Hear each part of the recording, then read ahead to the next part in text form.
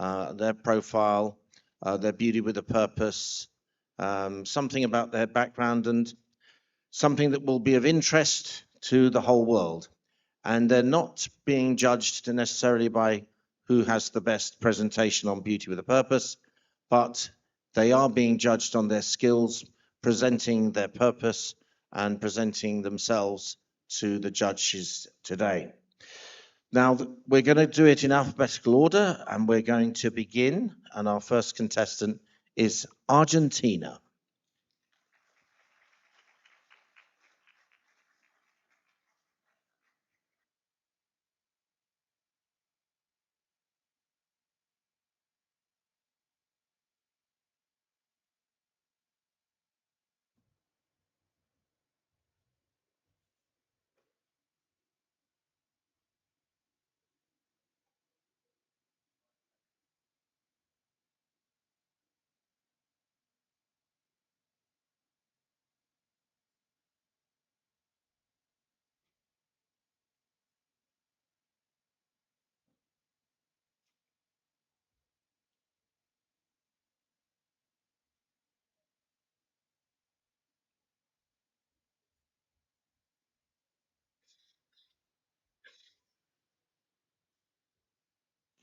Let's give her a big round of applause.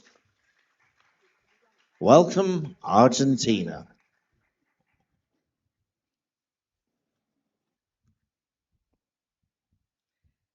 Good morning, everyone. I am Guadalupe Lomar. I am Miss World Argentina. I am 21 years old, and I'm a student of translation and a teacher of English. Values have always been my guide.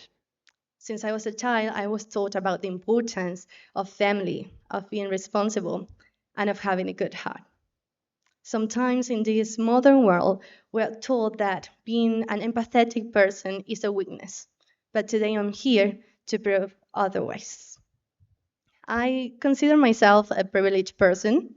I always had a plate of food, a roof over my head, a jacket in the cold, and ice cream in the hot, good education, and a present family. But I'm well aware that that's not a reality for everyone. That's why I founded Misionando. I always felt a deep connection with children. I think it is because I see their innocence and I see myself reflected in their huge dreams. But sometimes that sparkle in their eyes is lost because of the injustice of life. In a study made by UNICEF in 2024, it is shown that 7 million children are poor in Argentina, and 1.5 of them 1 million of them skip meals because of the scarcity of resources. I founded Misionando because I would like to build a bridge that connects those in need with those that have the opportunity to help. And as I always say, we all have something to share. Maybe it's money or materials, but sometimes it's time and love. I truly believe that children should be children. They shouldn't be worried whether they're having dinner or not. If they had raised enough money to go home and not be heated, or if they have the tools to go to school. As the founder, I'm in charge of every step of this homemade but full of love project. It started back at home with the desire to take it beyond frontiers. But for now, I collect donations in my house. I help my little cousin help me pack and deliver them with my mom. But what I want is to give those children their dignity and their rights back. Till today, I've donated school kits, plates and glasses, toys, clothing. I've helped open a new support children's center and a library for it, and also raised money for different causes. I always felt a calling in me to help others since I was young, and I think that calling is inside all of us. It's just that sometimes we are too afraid to listen to it. Today, I'm wearing this dress that is a visual representation of the power of one small act. I have fingerprints all over my skirt that are from those children who benefited from Misionando. I wanted to take them with me on this journey, but also I wanted, most importantly, to raise their voices worldwide. We have the opportunity to protect these children. They need us, and we have the chance to be their voice and to be their hope. I would like to invite all of you to add your hands in the Misionando tree. We all have hands, different, of course. Some are bigger, others smaller, different colors, but what they have in common is the power, the amazing power they have when united. So let's grab each other's hand and let's make a meaningful change. Thank you so much. Well, thank you, Argentina. And now we invite Belize to join us.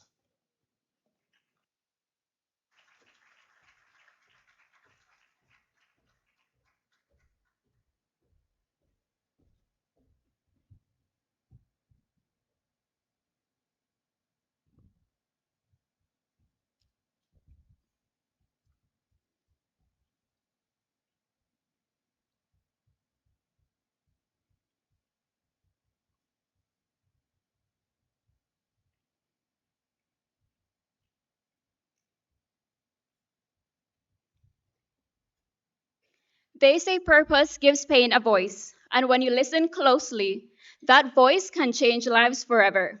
Good day, I am your Shayari Morataya, Miss World Belize, and my Beauty with a Purpose project was born from listening.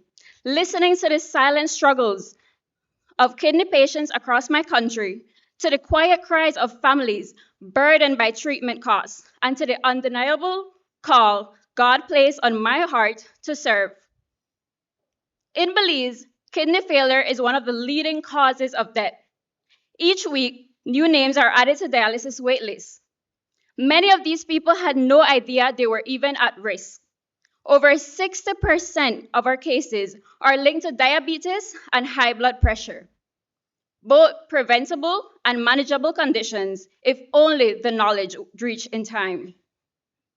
But the problem just isn't the disease, it's the silence around it. It's the silence, and I knew I couldn't remain silent any longer. Nearly 3 years ago, I launched a national kidney health campaign with one goal: to educate, empower, and save lives. Through this mission, I've traveled across Belize, hosting free clinics in rural and urban communities, offering vital health checks for blood pressure, glucose, and kidney functions. For some, these clinics were the first time they had ever had access to such services.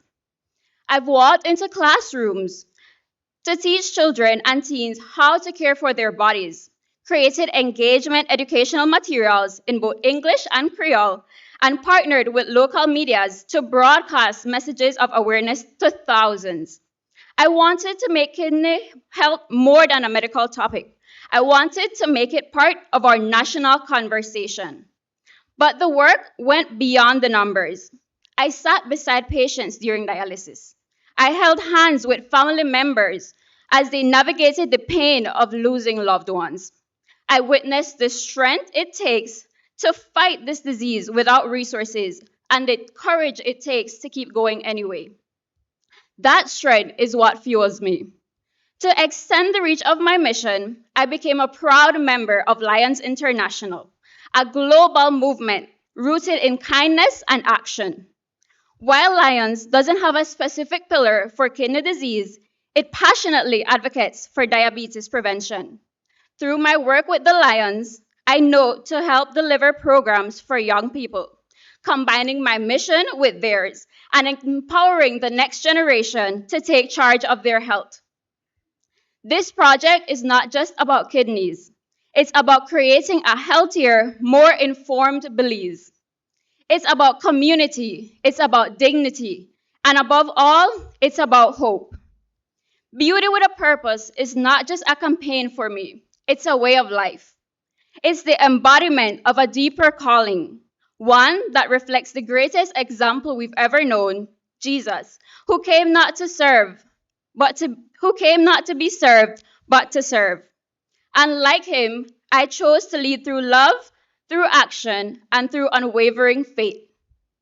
More than 850 million people worldwide are living with chronic kidney disease. Most don't even know it. But if I can be the voice that sparks a conversation or the hand that helps someone when they're in need, then every moment of this journey has been worth it. I may wear a crown, but I carry something far more important, a mission rooted in service, powered by compassion, and destined to continue long after the spotlight fades. This is my beauty with a purpose. This is the legacy I chose to build.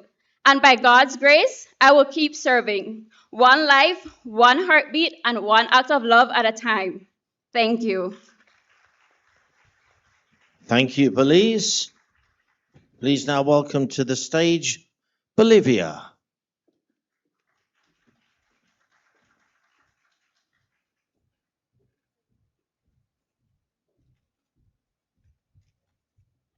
Good morning. Good morning, everyone. I'm proud to be here. I'm proud to represent Bolivia and want to thank my parents for always supporting me and my dreams. I feel very grateful to be here today. Before I share my stories in Spanish, I would like to say Miss World is not only a beauty pageant, it is a chance to show who we really are and what we care about. Today, I will open my heart to all of you and share my history. Desde muy pequeña me gustó bailar, cantar, actuar. El arte fue lo que me hizo conectar con mi esencia y poder aprender a soñar.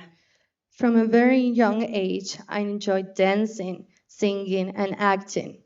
It was through art that I connected with my essence. A mis 16 años, mi vida dio un giro completamente. When I was 16, my life completely changed. Mi papá, mi inspiración, sufrió un derrame cerebral que lo dejó parapléjico y sin el poder de hablar. My dad, my biggest inspiration, suffered a stroke and he got paralyzed and couldn't speak. Eso marcó un antes y después en mi adolescencia, lo cual hizo que crezca el deseo en mí de servir y ayudar a los demás en sus propias batallas. That marked a before and after in my teenage years, and it awakened in me the desire to help and serve others. Por eso fue que decidí unirme como voluntaria y embajadora a una organización llamada Santa Cruz Siempre Verde. That's why I decided to use my voice for something bigger, and I joined as a volunteer and ambassador for Santa Cruz Siempre Verde. Ellos se encargan de actuar en emergencias ambientales en Bolivia. They are in charge of taking care of Emergencias ambientales en Bolivia. environmental emergencies in Bolivia. En los últimos 5 años, Bolivia ha perdido más de 10 millones de hectáreas por los incendios forestales. In the last 5 years, Bolivia have lost over 10 million hectares due to wildfires. El 2024, junto a Santa Cruz Siempre Verde, plantamos 5.000 árboles e implementamos educación ambiental a cientos de niños y adolescentes. In 2024, we planted 5,000 trees and we provided environmental education to hundreds of children and teens, sembrando en ellos una semilla de esperanza y de conciencia. planting hope and consciousness in them. Pero no fue hasta que conocí la comunidad indígena Yorea Poza Verde que conocí la verdadera palabra, el verdadero significado de la palabra necesidad. But it wasn't until I visited an indigenous Ayorea community called Poza Verde that I learned the real meaning of the word necessity. Al llegar ahí, encontrarme con calles de tierra, colegios sin pupitres y niños que me miraban con emoción en los ojos, pero que al mismo tiempo gritaban en silencio por ayuda. When I arrived, I saw dirty roads, school with no desk, and children with emotion in their eyes. But I could see through their faces that they were in silent calling for help. Escuchando al cacique de la comunidad contarme sobre las enfermedades que estas personas estaban sufriendo por el agua potable, Listening to the leader of the community speak about the diseases they were suffering because of the lack of clean water, me rompió el corazón y en ese momento supe que tenía una misión. it broke my heart. And in that moment, I knew I had a mission. Así fue que nació Fuentes de Esperanza, un proyecto que busca llevar agua potable a comunidades olvidadas. That's how Fuentes de Esperanza was born, a project that wants to take this initial to give drinkable water to different and build a farewell, Ayudando así a 258 familias y garantizando que estos niños, mis niños, puedan crecer en un lugar seguro. helping 258 families. And in that way, children, my children, are able to grow in a safe place. Verlos correr hacia mí gritándome, tía Olga, me hace recordar la razón de mi lucha. Hearing them running to me and calling me Auntie Olga reminds me of the reason why I'm doing this. Fuentes de Esperanza no es solo un proyecto, es una promesa de vida, dignidad y esperanza. Fuente de Esperanza is not just a project, it's a promise of life, dignity, and hope. Y hoy estoy aquí parada frente a todos ustedes y en esta gran plataforma que es el Miss World para demostrar que cuando uno hace las cosas de corazón, Today, I'm standing here in front of all of you and in the passion of Miss World to show to you cuando uno hace las cosas de corazón, el cambio es posible. that when we do the things with our hearts, things are possible. Thank you. Thank you, Bolivia. And now please welcome Brazil.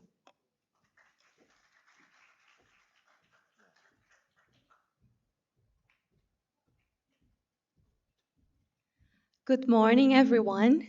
Thank you for the opportunity. I'm Jessica Pedroso. I'm 25 years old, and I'm proudly representing Brazil at the 72nd Miss World edition. And what if I told you that the most powerful resource we have is something as simple as a pen and a book? With them, we can write stories, we can create things, and we can truly understand the impact we have in the world. Everything we have, every great invention, every great thinker, everything is started like that, with a pen and a book. I came from a family of teachers, and that's very meaningful to me because I could see all the work that my mother and grandmother did in people's lives. And I learned with them that education is not a job, it's a mission. And I started teaching at the age of 16. And education became my life mission. And then I started my studies in literature, pedagogy, and languages. But unfortunately, we see that education, that is a right for all, is still a privilege for few. And that's why back in Brazil, I work very close to Lar Franciscano, a shelter in my city that provides not only food and the basic needs, but support, so they can have everything they need to give a step forward in their lives. And that's when Pescar project comes in. Pescar is one of the biggest educational projects in Brazil. Pescar in Portuguese means to fish. Give a man a fish and you teach him for a day. But if you teach them how to fish, you feed him for a lifetime. And that's exactly the motto of this project. And I'm very honored to work in this as a volunteer teacher. I brought the English subject to them, not only to empower them with the language, but to connect them with the world, with different cultures. Last year, I could see 14 of my students graduating, and they left vulnerability behind, and they stand tall for their futures, and they were capable to write their own stories with their own hands. And that's such a privilege for me. But we need more than that. We need global governments to invest in education, to promote awareness, and to support teachers. We need partnerships, global partnerships, to truly reach those in poverty, those in need. And I'm very honored to be here and to share my project, because when we give someone a book and a pen, we are not only giving them tools, we are giving them wings to fly high and to reach their dreams. And we are here all not only representing our countries, but together we are the whole world. And that's so powerful. For the period of 10 years, I wrote a book, and it's called The Beauty of Being Imperfect. And I wrote this to highlight that we are human, and we have fears, we have mistakes, we have vulnerability. It's very hard to be here right now because that's normal. We are humans, and that's nothing more beautiful than that. We really need to embrace who we are. And I want every one of us live here today inspired to write new stories, stories of love, compassion, unity, because big revolutions don't start with weapons, but we start with knowledge, with education. And all of this start with something as simple as a pen and a book. So thank you very much for the opportunity. Thank you very much. Thank you, Brazil. The next contestant is Canada.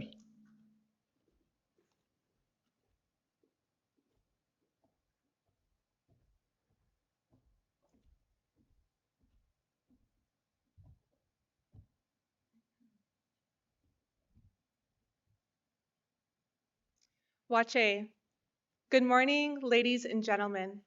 My name is Emma Morrison, and I stand before everyone here today proudly as the first Indigenous woman in history to ever represent Canada here at the Miss World Festival. Saying that out loud is truly brings me so much pride and joy, because I grew up from a very small First Nations community of only 600 people in Canada. And growing up, I've seen the struggles that we face, particularly Indigenous women and girls. Because I was born with Native ancestry, I am 12 times more likely to fall victim of homicide on my own native land. And Indigenous peoples in Canada still face the effects of the residential school system, which was a system designed to take children away from their homes, force them to attend these boarding schools, and take away their culture, their language, and their spirit, often costing them their lives. Over the years, over 10,000 unmarked graves have been found at these residential school sites, including my aunt and uncle's grave. So I stand. So knowing all of this, growing up, it shaped the way that I seen the world and my place in it. So I felt very small. But my mother, she transformed that sorrow into a purpose. And she truly taught me how to care for others and how to forgive. And we transformed our home into a foster home, where we have fostered over 15 Native children and made an impact in their lives. And this all led for me to develop my Beauty with a Purpose project, Ribbons, which is focused on Native empowerment through cultural empowerment, personal motivation, and financial support. It started through sewing ribbon skirts, which is a traditional piece of clothing in my culture, worn by Indigenous women to feel strength. And I have made over 40 ribbon skirts throughout the years.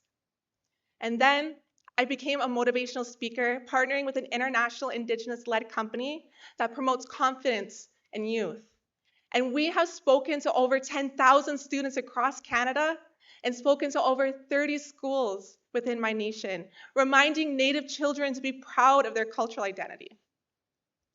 And lastly is my pride and joy, and that's the Ribbons Bursary, which I developed to help the young Native girls who attend my former elementary school buy everything that they need in order for them to have an opportunity and chance at life, whether that be school supplies, hygiene products, anything.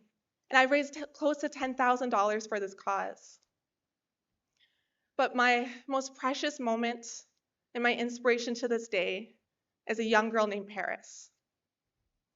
Paris is 9 years old and she faced a tragic loss where her entire family was killed in a car accident.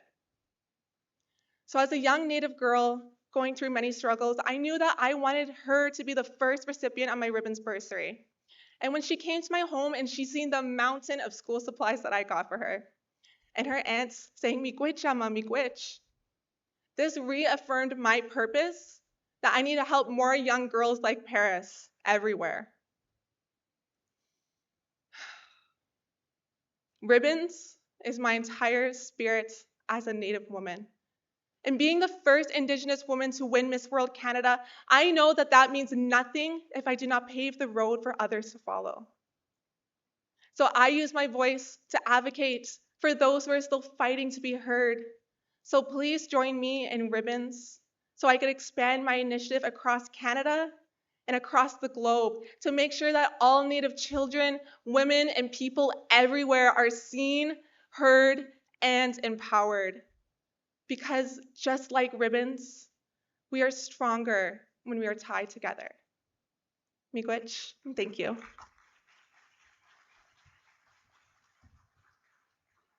Thank you very much, Canada. Please welcome now Cayman Islands.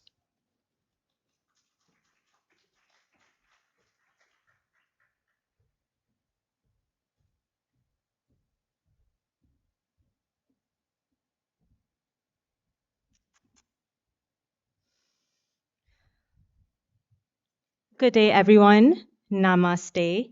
My name is Jada Ramoon, and I am a 26-year-old programs coordinator with the Cayman Islands Chamber of Commerce.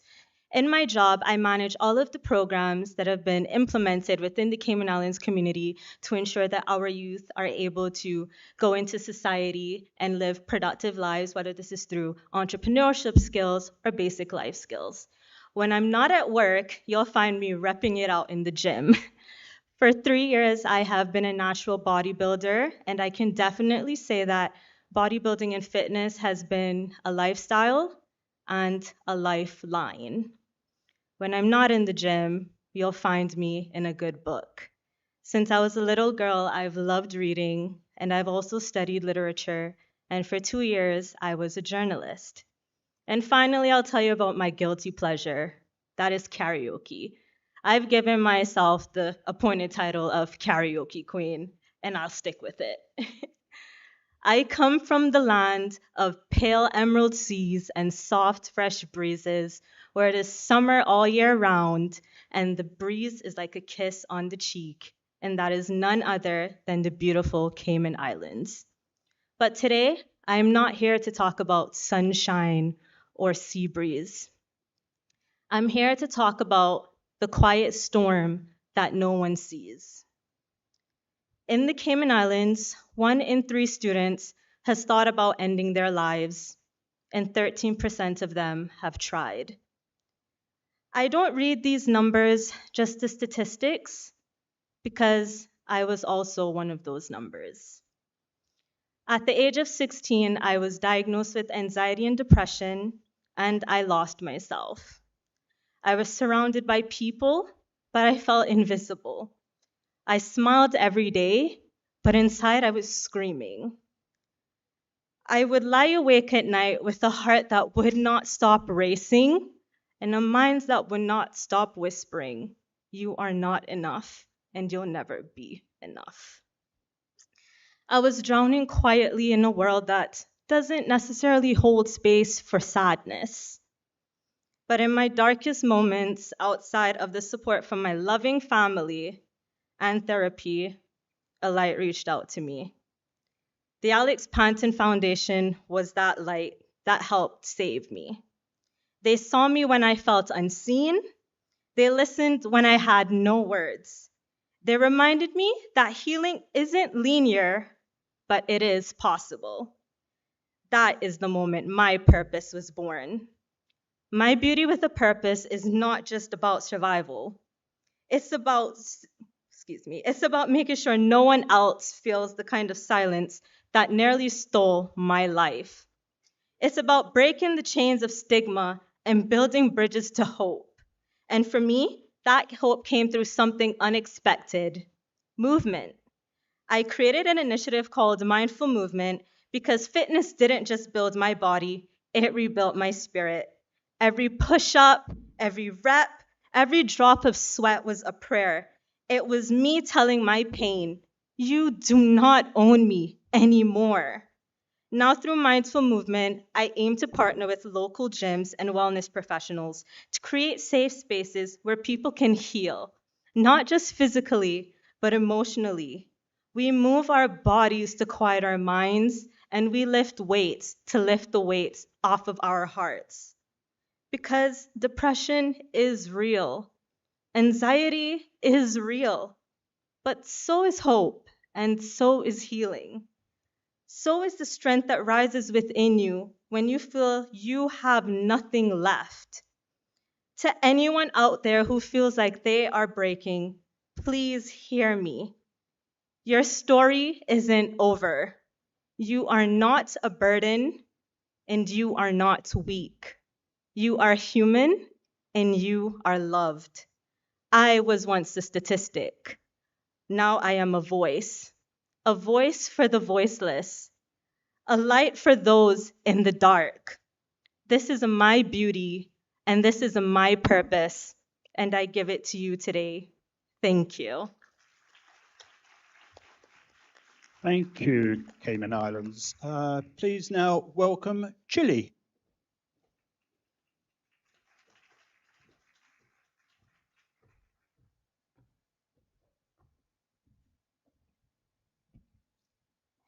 Good morning. Good morning, everyone.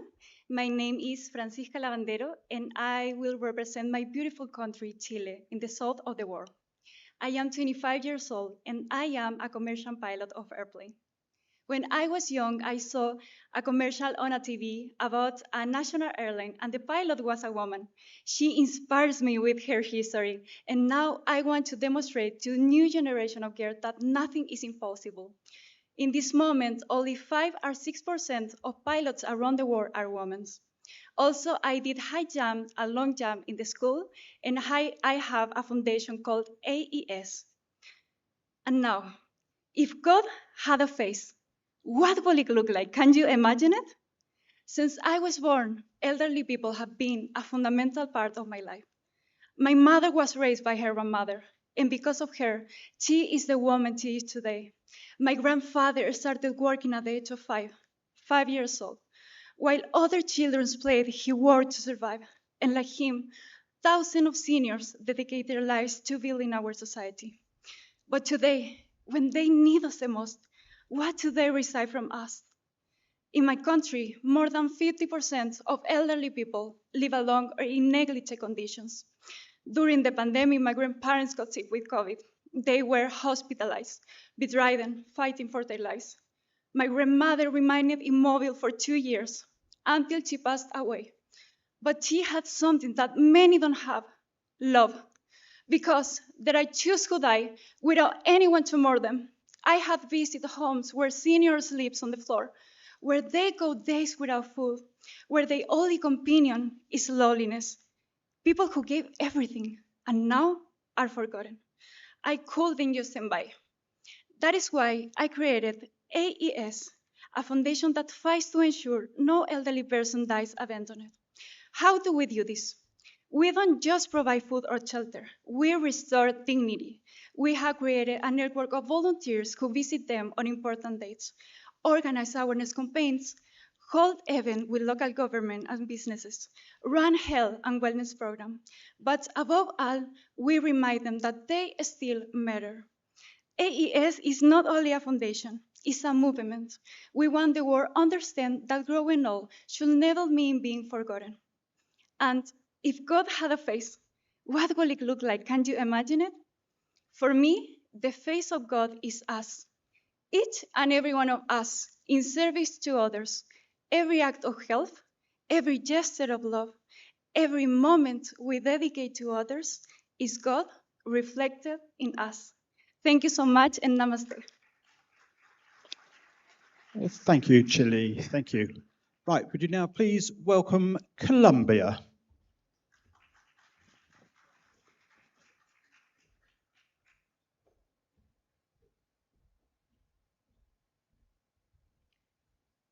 Hello, everyone. My name is Catalina Quintero, and I'm the proudly representative of my beautiful country, Colombia, at this wonderful stage of Miss World. I really want to say that I'm an international business manager. I also have a minor in sustainability and circular economy. I'm fluent in English and Spanish, but I also speak French and I'm learning Portuguese. I used to work as at the administrative area of a company in commerce and international logistics. From a very young age, I used to know the importance of serve others because of my dad. The history of my dad really improved myself to help others because he used to be a very poor children when he was young. And right now is the owner of a big company at Colombia, a beautiful company that he makes. But he never lose their values and principles. He run a foundation to help children from sexual workers at my country. And I have a quote of Maria Teresa del Calcutta that is, if you don't live to serve, you don't deserve to live. That's why I'm the ambassador of the first hospice in Colombia and almost the first one in all Latin America.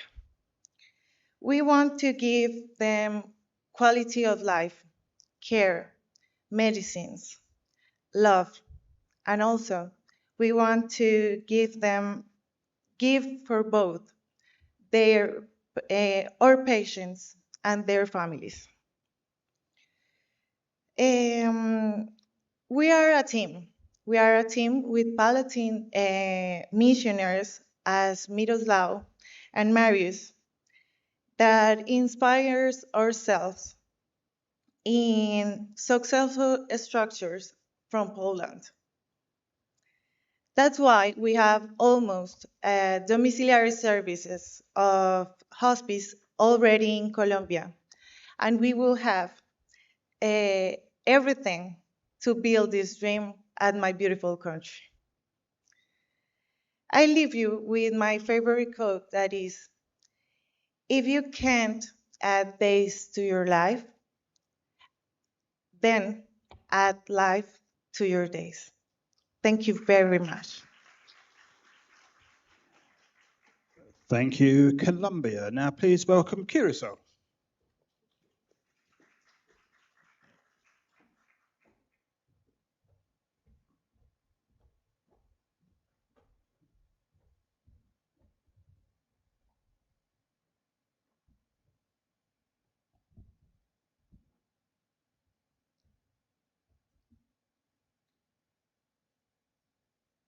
Yes.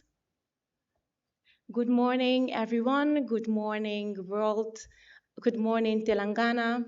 Before I start my speech, I want to extend my gratitude to the Miss World organization for giving us this opportunity to let our voice be a change and to let us voice be echoed to on many, many, many borders.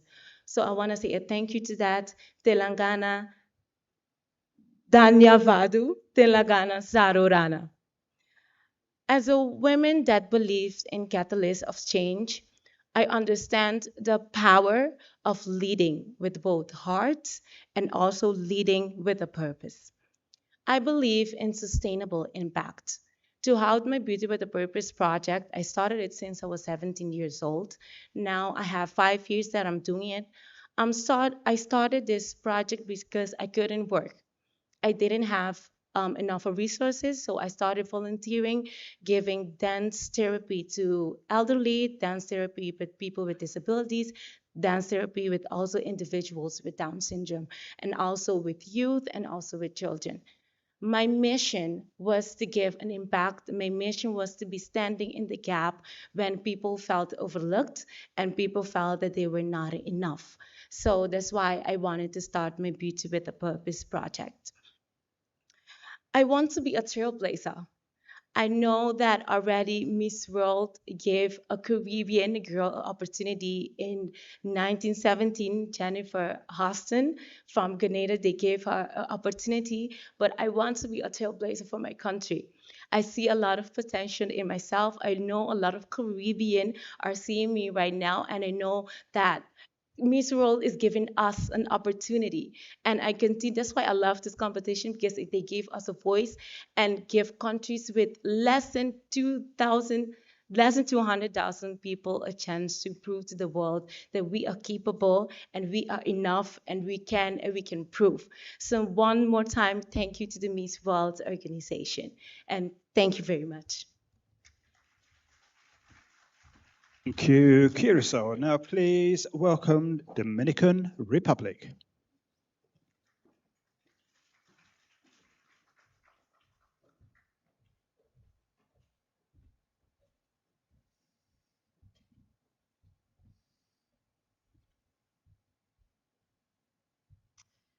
Purpose doesn't always come from achievement. Sometimes it is born out of pain. There's some moments in which everything just starts feeling different. Not because everything's perfect, but because life has given you a privilege to do something greater than yourself. Something that is no longer about you. Something that it's about the people who you serve, who you love, and who you touch. That's something I learned when I was just 14 years old. By that time, I had fulfilled many dreams, but I felt that something was missing, and it was the desire to do something for people in order to begin living. Namaste, India. My name is Mayra Delgado. I'm 23 years old, and I represent the Dominican Republic. I come from a traditional family whose sample taught me all the values I carry with me today, but that the most important thing in life is not what you have, but what you're willing to give. Since I was a child, I believed that education was the most important tool to change the world. That is why I got a scholarship to study business administration and management. And also I got a certification in disruptive strategy at Harvard Business School. Well, that's one of the most important achievements I have in my professional life. Today, I'm the president of Premium Class Marine Academy, which is a project that we empower young ladies, and also women through leadership and self-esteem.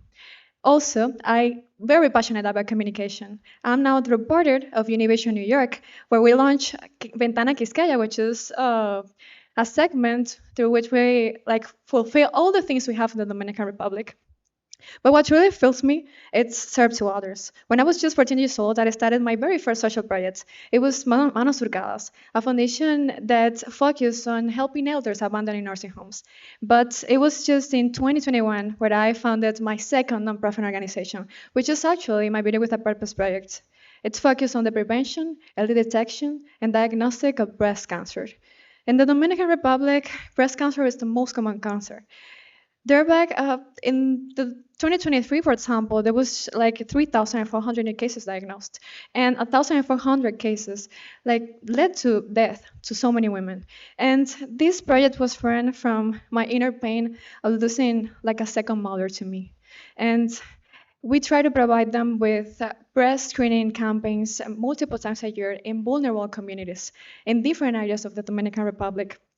Just imagine having a person that you really love suffering from an illness that maybe will take their life and you cannot do anything about it. That was my story. In my country, there's a lot of people that do not have access to this kind of resources. We use medical equipment with high-tech technology, with artificial intelligence, and we try to help them with all the things we have. But our transformation goes beyond that. We try to provide them with psychological support and also with self-esteem workshops. And there's a lot of people that have supported us.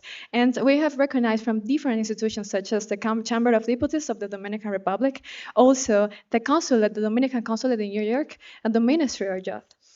This work has not gone unnoticed as well. But at the end of the day, I think that the most important thing is to provide those resources with your opportunities. And that is why I am here as Miss World Dominican Republic, because I believe in the power of beauty with a purpose. I believe in the power of unity. And I believe that we can raise our voices for our communities. And as Martin Luther King once said, the most urgent question in life is, what are you doing for others? Thank you. Thank you, Dominican Republic. I ran a book that shared all the impact we had had in the Dominican Republic as a gift for you, if it's possible to hand it to you.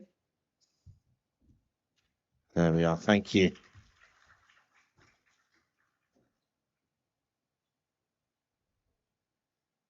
And now, Ecuador.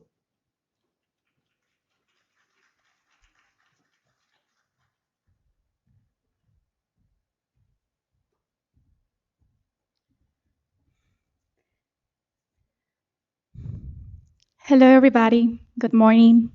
Namaste, India. I am Sandra Alvarado, and right now I have the honor to speak for Ecuador through my voice. First of all, what I want you to know is that the biggest tool that I have right now to talk with you is just my open heart. Because I want to speak not exactly about me, I want to speak about my people that definitely need me in this moment, in this political moment of Ecuador. So if I have to talk a little bit about me, I will start talking about my family. My father is a lawyer and a musician, and he taught me how to feel through music, but how to act through love. My mom is my biggest inspiration, and for me, she is the meaning of a truly beauty with a purpose.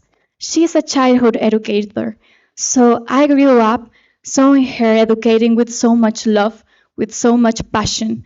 And that's why right now I am a lawyer by profession, a musician by profession, but I am a teacher by vocation. So thank you very much, Mom, for having me here, for believing in me in my best, but also in my worst. I love you. So in this way, let me ask you something. What happens to a child who grows up in a place where dreaming is not allowed?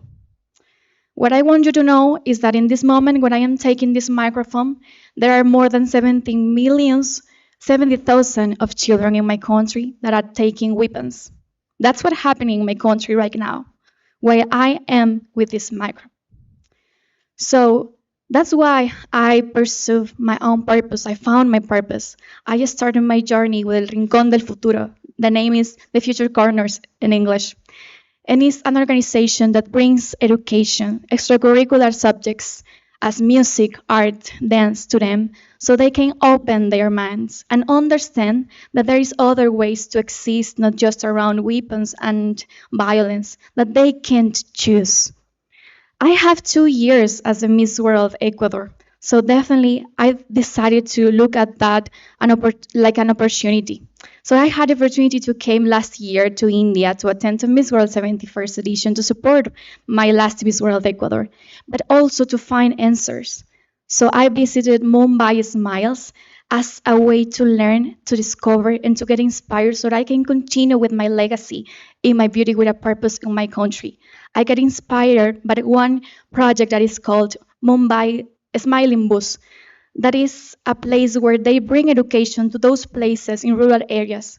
Now, I couldn't start with a bus, but I could start with a mobile board that brings education to those rural areas, and that's amazing because that's the way the Miss World acts. That's a way to inspire. And now we are building that gap together between India and Ecuador. And for me, that's something amazing. Right now, what I want you to know is that then of 2 years as the reigning Miss World Ecuador, I discovered that the prize is not already in my head because the crown is not in my head, it's in my heart. When you have a lot of uncertainties, you discover that you are not here to feel pretty or beautiful just because you have something in your head. There is a voice. The crown is not a reward, it's a voice. It's a responsibility. And now I have feel that my purpose is done because now I can speak for my people. And I just want to encourage all of you to be part of my journey. And as well, I want to be part of yours because definitely education is the way to gap the future. And remember, many small people doing small things in small places can change the world. Thank you very much. Thank you, Ecuador. And now, El Salvador.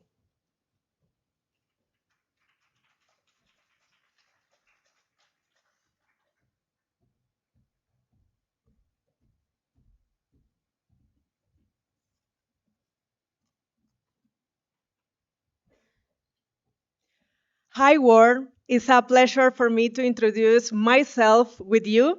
I am Sofía Estupinian, and I am proud of representing El Pulgarcito de América, El Salvador. I am 25 years old. I have a communications degree, and I am an entrepreneur woman in the advertising world. I am fortunate to have my own business, Coco Advertising Agency, or in my language, Spanish, Coco Agencia de Publicidad. It has been formally registered company for over a year, but I started it while I was still in college, helping brands in different areas I am passionate about, such as digital marketing, graphic design, photography, video production, social media, event planning, and more. I am a resilient, creative, and committed woman, and I am always eager to try something new. And thanks to my professional career, I have had the opportunity to meet many entrepreneurial women in El Salvador. Through them, I saw the necessity to provide education in digital marketing to help them grow their businesses and reach new markets. Today, every business needs to have a presence on social media, and that is why I create Ellas Crecen, or They Grow. Ellas Crecen is a social empowerment program aimed at strengthening the entrepreneurial spirit of women leaders in El Salvador. In They Grow, I provide valuable knowledge and training on how to leverage the social media as a powerful tool in digital marketing and businesses. Through practical workshops, personalized mentoring, and access to business tools. In El Salvador, 60% of micro, small, and medium-sized enterprises are led by women, and I am one of them, showcasing the resilience of Salvadorian women. The true success of the program is measured when a woman is able to transform her reality thanks to what she has learned it. And I would like to expand my program with many more women around the world. Because if today we support a woman in her dreams and her goals, tomorrow we can transform in a stronger and more independent communities of women leaders. Thank you so much.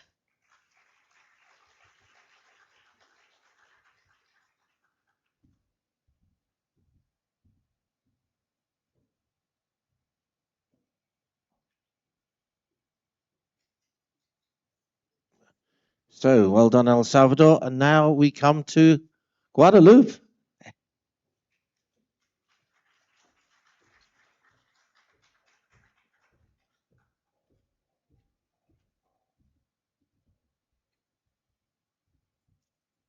Good morning, everyone. Handariki Namaskaram. I am Noemi Milne, Miss World Guadeloupe, and I'm so grateful to be here today. So I would like to start with a quick story. I remember, since a very young age, feeling like I had the weight of the world on my shoulders. So that's why at 16, I entered medical school, graduating in 2021, then specializing in psychiatry. At that time, I was full of hope, but then I quickly faced the limits of the system we live in. In our world, one person takes their own life every 40 seconds. 970 million people live with a mental disorder, and chronic preventable diseases account for 75% of global deaths.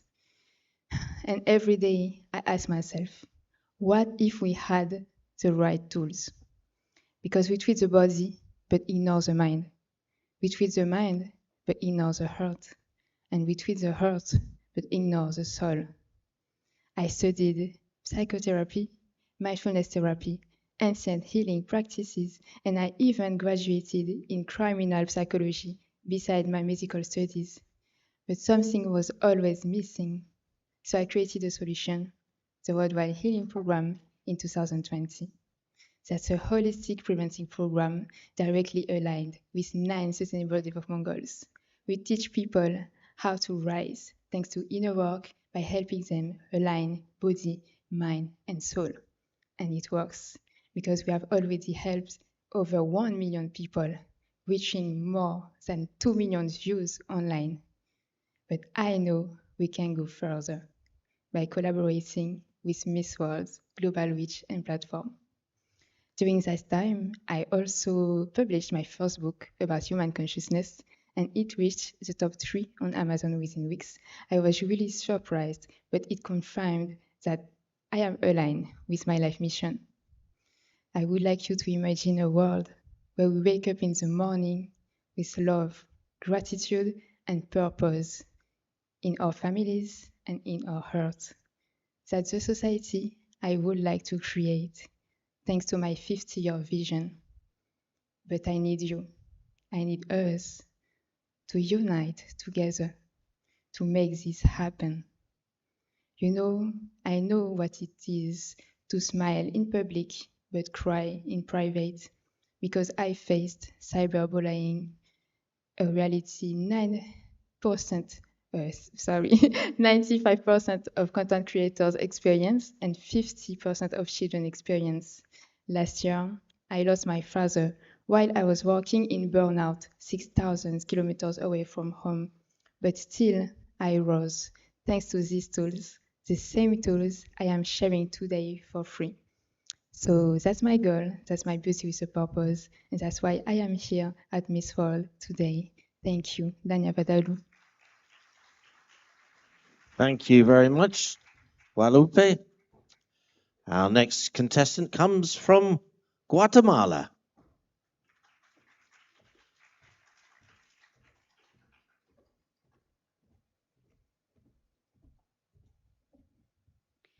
Hello, everyone. Good morning. My name is Jamie. I am grateful to be here today. I am a woman who learned to speak not only myself, but for those that are not heard. Many children around the world are marginalized due to socioeconomic condition and multiple disabilities, and Guatemala is no exception. But I refuse to let that define my future. I reached my dream, and today I can say I did it. Now I have the power to be the voice for these children. My social project is linked to my personal story. I lived an environment of rejection and discrimination. Latidos de Luz is a project that seeks to raise awareness and empower children and young people with multiple disabilities. This initiative is aligned with Sustainable Development Goal number 4, which focus quality education, and focus in goal number 10, which aims to reduce inequalities. These goals address biggest challenges to children, the right to receive quality, inclusive, and quality education. My purpose is to inspire through my example. My commitment is to build a more inclusive future where every child has access to education. Because for me, you only have a real life if you really have a purpose in your life. I would like to share message in Spanish. Is ser reina es un privilegio. Porque la verdadera belleza es la sonrisa de quienes por fin pueden ser y sentirse vistos. Thank you.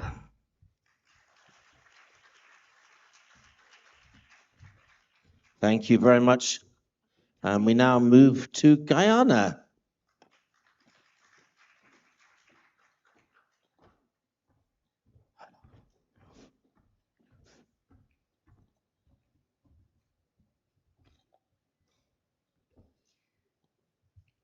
Ladies and gentlemen, esteemed judges, fellow contestants, citizens of the world. Today, I stand before you not only as a contestant, but as a proud daughter of Guyana, a nation where the rivers run deep, the land is filled with culture, and the hearts of the people beat with resilience and strength. I am from Region 10, a region known for its beauty, but even more so for the strength of its people. I have seen firsthand the challenges faced by my family, including children struggling to read, youths yearning for opportunities, and a world where they are not included. My purpose in life is shaped by the love, resilience, and the silent strength of one person, my brother, who has lived with severe disability for 21 years. He is the reason I believe in a world where every child must be included. This belief became the foundation of my Beauty with a Purpose project, Read, Rise, and Shine. I built the world's first ever solar-powered mobile library, bringing books and educational resources directly to the underserved communities. But this is not just a library on wheels. It is an innovation hub of learning. In generating IXL adaptive platform, these children can now read directly from home. They can have access to traditional classrooms with this mobile library. We are expanding in many regions, giving every children the opportunity to rise, dream, and lead. A dream that started in a single community is now expanding to a larger scale, movement, inclusion, and literacy. I represent a country of unity, love, and vision. I represent children that are different and excluded, families just like mine who have fought for them to have a chance. But this journey is not just about me or my brother. It's about all of us choosing to rise together and making the world more inclusive. The Miss World crown is not a symbol of personal achievement. It is a promise built on solution decades old, a promise for us to uplift, strive, stand tall, not in front of others, but besides them, growing as we climb and striving as we go. Thank you. Thank you. Haiti is next. Thank you very much. Please welcome Haiti.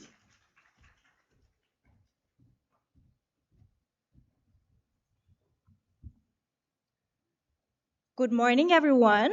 My name is Christy Guirin, and I'm proudly representing Haiti. I was born on March 8, 2002, on International Women's Day, as a strong symbol that my life will be full of challenges, but also full of light. My story didn't start with is I lost my mother when I was only 3, and my father left me shortly after. Education saved me. At school, I was always among the top students, not because it was easy, but because I knew that knowledge was my key to a better future. As a child, I was full of life and passion for the arts. Dance, theater, music. Art helped me express my emotions. Today, I work as a sales representative in a private company while also studying international relations. There are 3 reasons why I wake up every day. First, my dreams. There is a quote that inspires me.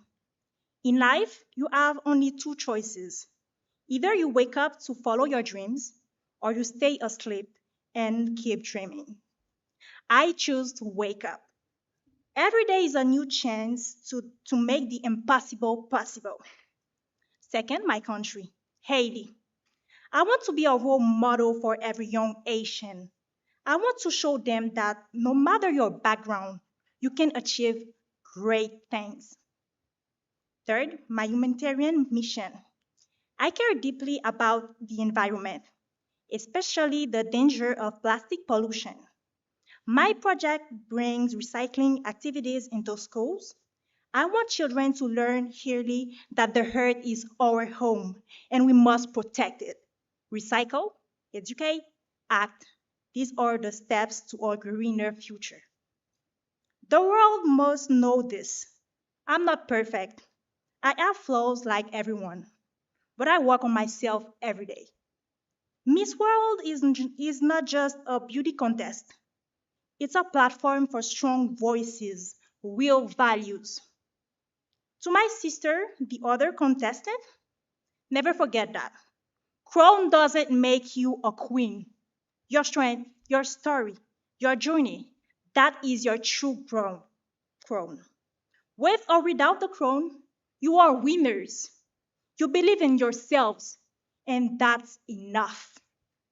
Today, I stand here strong and proud, carrying the flag of a brave nation and defending a cause greater than myself. Thank you, Miss World. Dhahanahad India. Merci Haiti. Thank you to the world for listening.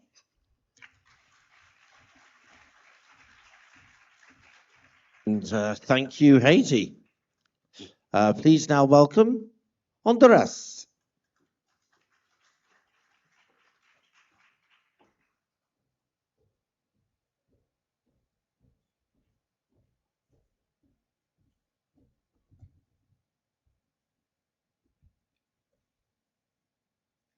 Brothers and sisters of the world, the moment that I've been waiting for has finally arrived. I am Isa Sevilla, and I am 19 years old, and I come from a hardworking family who is an entrepreneur. I am fluent and bilingual in English and Spanish, and I'm a student in sign language because I served and provide service to the deaf communities.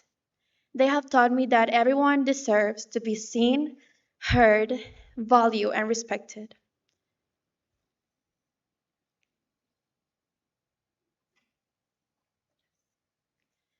I am a student also pursuing 2 university degrees, which are Logistic Management Engineering and International Business.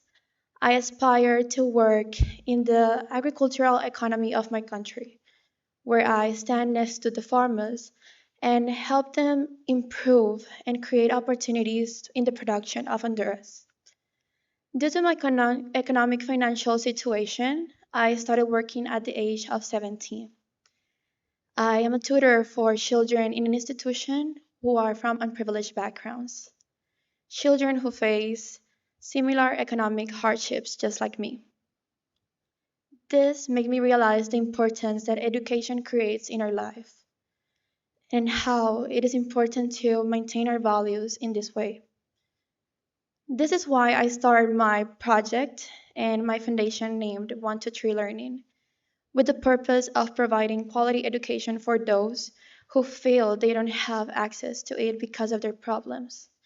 Children who face economic hardships, children who don't have the access can go to a school because of many problems that come to their lives. For this reason, also, as an educational transformational leader and dedicated volunteer, I have committed myself to create lasting change in the lives of many children, creating opportunities, hope, and an impact in their lives while I help them realize the importance of education, but also the right to have a secure and empowered future, where we can all build opportunities and have a better future by ourselves if we work hard for it. For this same reason, I understood the importance of having a life purpose. And this is the reason how I find mine, due to my situation and how I can create a lasting change in the lives of many. Because also, like Nelson Mandela once said, education is the powerful weapon we can use to change and uplift the world. This is why I am trying hard to create the building of my foundation, where I can help many children and show to the world we can change it with education and together, united. Thank you. Thank you, Honduras. Oh, it's time to move to an island in the Caribbean Sea, Jamaica.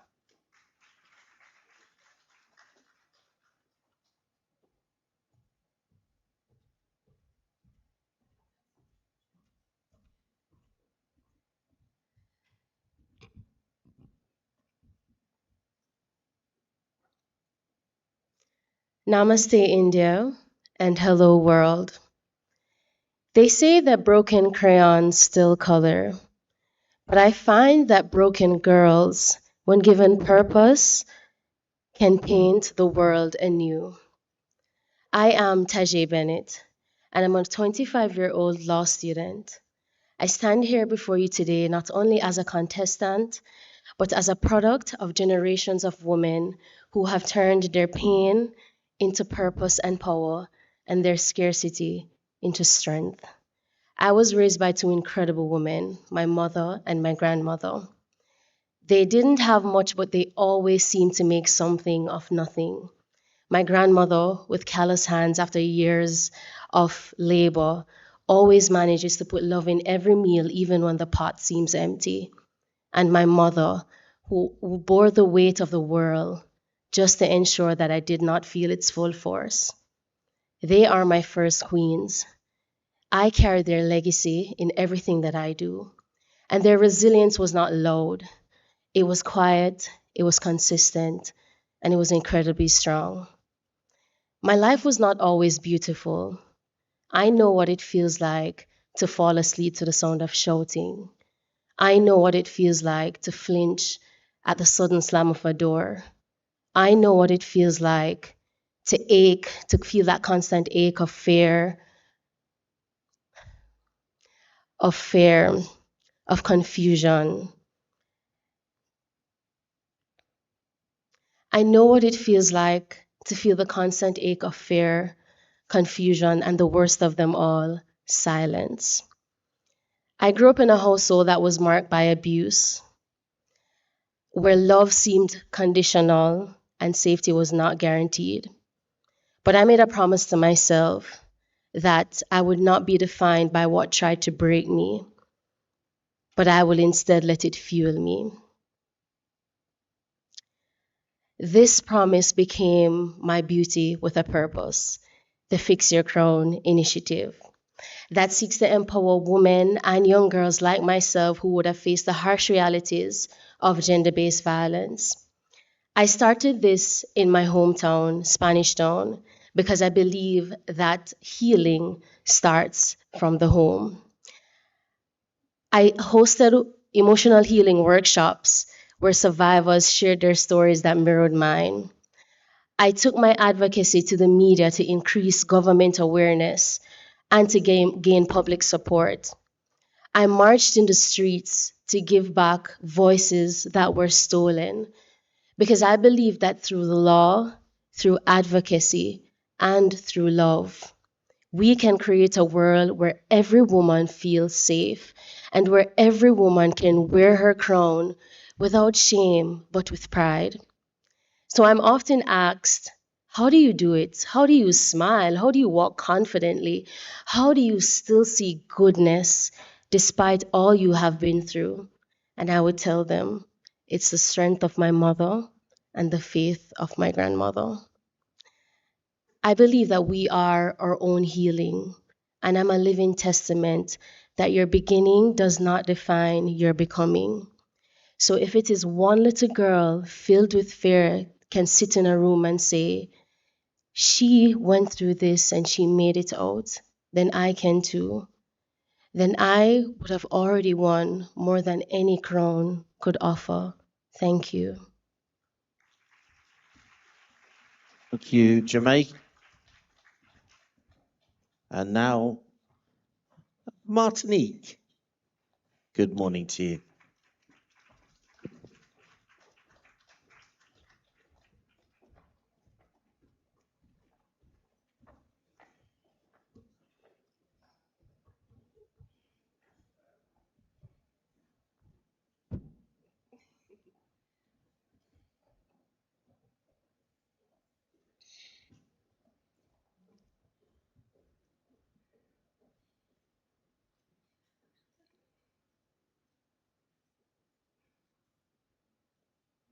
Good morning, everyone.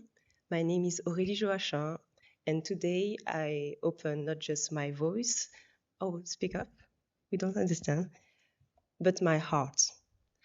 At 19, I began my journey as a model. In front of the camera, I wore the perfect smile. But behind that smile was a storm. I didn't know how to name it. I felt invisible, numbed, yet expected to shine. Adapting instead of choosing. I was becoming someone else's version of me. I wasn't lost, but I haven't yet found my voice. Then I saw that same silence in someone I love, my brother. He spent years trapped in the darkness of his mind. At home, we don't know how to talk about it. Mental health wasn't a conversation. It was something quiet. We hide in closed door. In 1993, my world fell apart. I lost my job, my health declined, but I made something that was the greatest act of self-love. I asked for help. Therapy wasn't a weakness. It was the first breath of a new beginning. Sorry.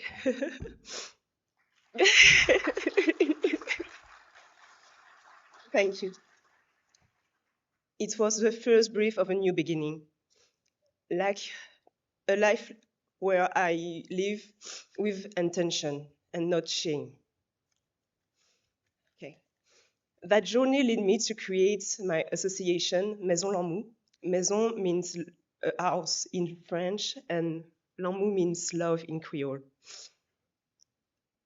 And that's the mission I have, to offer support, to break the silence and to break the stigmas.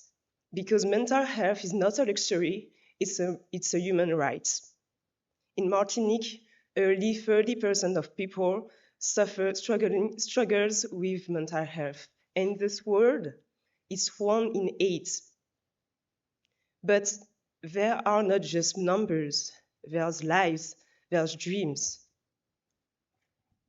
I don't have all the answer, but I do know healing begins when you dare to face ourselves. And together we can create a world when every voice is heard. Through Maison Lormeaux, I tell my brother and all those silent souls, you are allowed to struggle, and you deserve support, and you deserve to be fully seen. This is my beauty with a purpose, to bring hope where there is silence, to bring dignity where there is shame. Because what we hide consumes us, what we express frees us, and what we share transforms us. Today, I'm no longer afraid because I walk in the light of my purpose, because I finally know who I am. Thank you very much.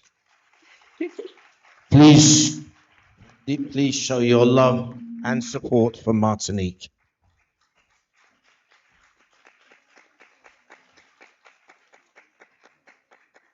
Our next contestant is from Mexico.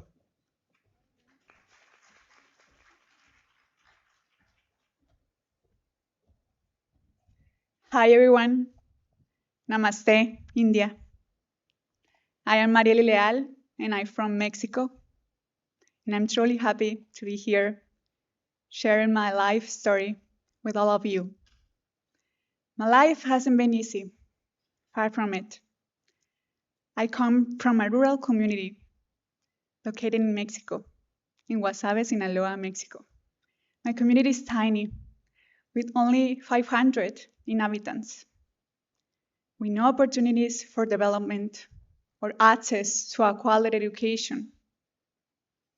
Even though I was privileged, because I was raised by 3 incredible women, my mom, my grandma, and my aunt with a hearing disability. They are my role model in life, my inspiration. They told me about resilience in life. Through my work in education in my home state, where I've been involved for several years, I have witnessed the resilience in youth in Sinaloa, my home state.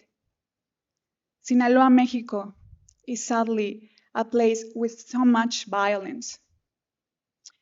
And youth are facing that violence every single day. That's the main reason of my Beauty with a Purpose project, which focuses on promoting and raising awareness about mental health in education. I remember a workshop we carried out in a rural community nearly Culiacan, Sinaloa. I was given a speech about having a project life in front of a classroom. And I remember a young boy interrupted me in the middle of my speech. He told me I had no idea what I was talking about. Yeah.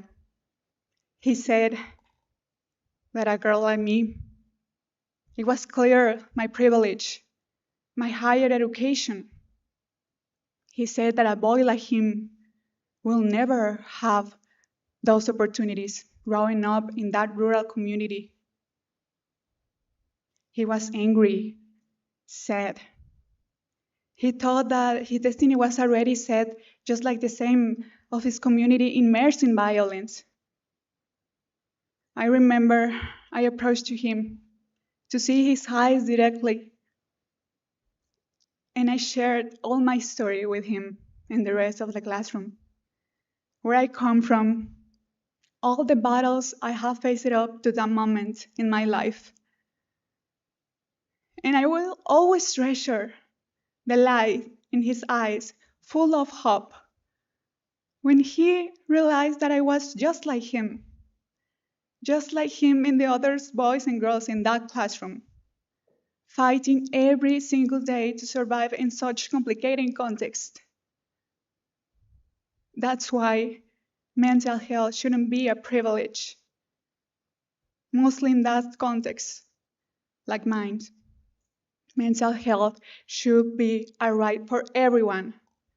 That's why I will continue working on that until make mental health care a reality in education, in my home state, in my country, and why not all over the world. That's why I'm here. That's my purpose. Thank you so much. Thank you. Thank you, Mexico. And next contestant, Nicaragua.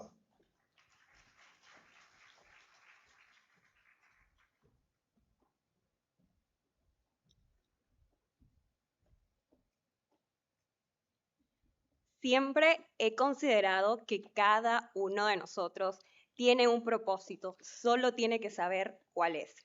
I've always considered that every single one of us has a purpose. We only need to know what it is. Hola, soy Birmania Rodríguez y hoy tengo el honor de ser Nicaragua. Hola, I'm sorry. Hello, Hola, soy Birmania Rodríguez y hoy tengo el honor de ser Nicaragua. Hello, I'm Shiraz Rodriguez, and today I have the honor to be Miss World Nicaragua. Me describo en 2 palabras como se conoce mi país. I could describe myself in just 2 words, as is in my country: Resiliente y auténtica. resilient and authentic. Crecí en el campo, soy la menor de 2 hermanos. I was brought up in the out of the city, and I am the younger of 2 brothers. Ahí aprendí que los sueños solo se vuelven realidad con esfuerzo y constancia. That's where I learned that dreams come true with time and effort. El amanecer a través de las montañas me enseñó a que cada día crea en mí. The waking up between mountains teach me to believe in myself, Tener un corazón dispuesto a servir. to have a heart with willingness to serve. Actualmente soy estudiante de marketing y publicidad, Currently, I'm a student of marketing and publicity. presentadora de televisión, TV host, a TV host de un canal nacional. in a national channel. También soy cosmetóloga y emprendedora de corazón. I'm also a cosmetologist and an entrepreneur of heart. Tengo mi propia marca llamada Uva, I have my own brand called Uva, que nace desde una experiencia personal cuando tuve acné. It was born from a personal experience when I had acne. Ahora ayudo a personas que se sientan mejor con su belleza natural. Now I help people to feel better with their beauty in their natural state. En este tiempo me he dado cuenta que mi historia de vida inspira a otras personas. Now I discover that my personal experience can inspire others. Y hoy quiero decirles a ustedes que me están viendo que eso llena mi corazón de gratitud y compromiso. Today, I would like to tell to you that are watching me that fulfills my heart with love and gratitude. Pero lo que más ha marcado mi vida es mi proyecto Sueños en Acción. But the thing that had marked my life mostly is my project. Dreams in Action. Ahí ayudo a niños con distintas discapacidades. With my project, I help children with different disabilities. Por ejemplo, Dani y Ángel tienen microcefalia. For example, Danny and Angel have microcephalia. Axel tiene autismo y Jacqueline deficiencia intelectual. Axel has autism and deficiencia intelectual. Jacqueline tiene deficiencia intelectual. And Jacqueline has a deficient. Estas son algunas de las discapacidades que tienen mis niños de Sueños en Acción. These are some of the disabilities that some of the children have. Nosotros hacemos actividades recreativas, terapéuticas. We prepare different activities for them and also practical activities. Trabajamos junto a organizaciones para proveerle las terapias adecuadas. We work with different organizations to provide adequate practices, diagnósticos y herramientas necesarias diagnosis and necessary tools porque creo firmemente que cada uno de mis niños va a alcanzar su máximo potencial. Because I truly believe that every single one of these children can achieve their maximum potential. Más tarde nos dimos cuenta que esto no era suficiente. But after a while, we discovered that this wasn't enough Porque los padres no tienen un salario estable. because their parents haven't got enough salary. Ellos necesitan herramientas y oportunidades They need tools and opportunities para crear sus propios ingresos y sustentar la ayuda de los niños que necesitan. to raise their own money and also have the opportunities that they need. Es por ello que iniciamos un taller de emprendimiento. That is why we started with entrepreneurship. Time.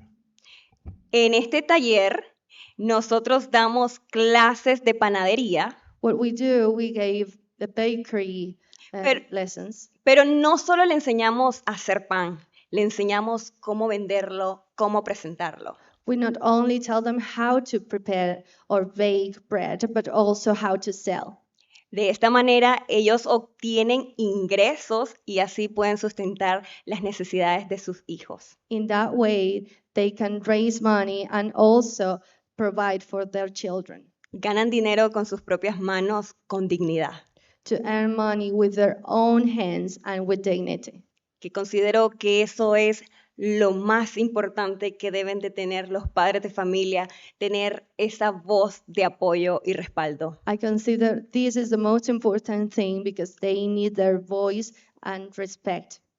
Hoy quiero decirles que lo más importante para mí es la verdadera belleza que radica en nuestras acciones. Today, what I want to say is that the most beautiful thing is the beauty that radicates in our essence. Thank you so much.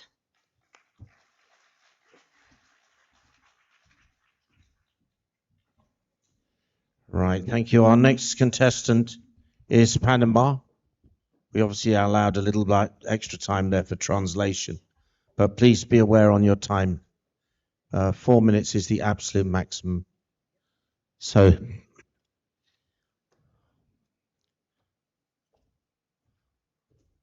warm welcome to Panama.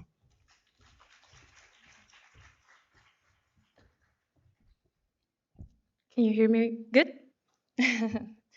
Good morning, everyone. Namaste, India, for the people who are watching on YouTube channel.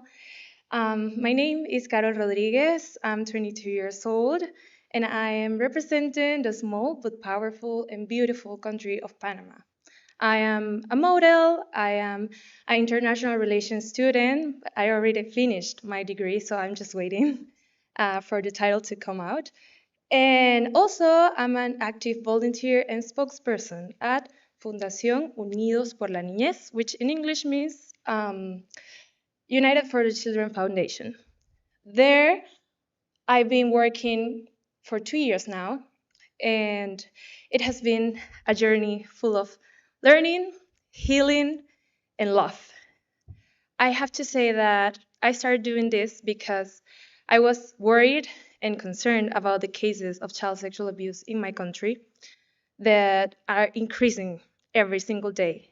And it touches my heart, as you can see right now, because it's a very heartbreaking reality that we are living, not only in Panama, not only in my society, but in the whole world. So I started doing my job there as a volunteer. And what we do basically is go to the schools and make workshops and raise awareness, work for the prevention of child sexual abuse, so people can listen about this. Because what we need to do is to break the silence that keeps child sexual abuse hidden. Because when we break the silence, the pain is going to go, you know? And I can say that because I said I was going to be brave enough to do this, because I was also a victim at its lowest level, because child sexual abuse has a lot of levels. And I never knew I was a victim until I got to understand and know and learn about child sexual abuse when I was at the foundation.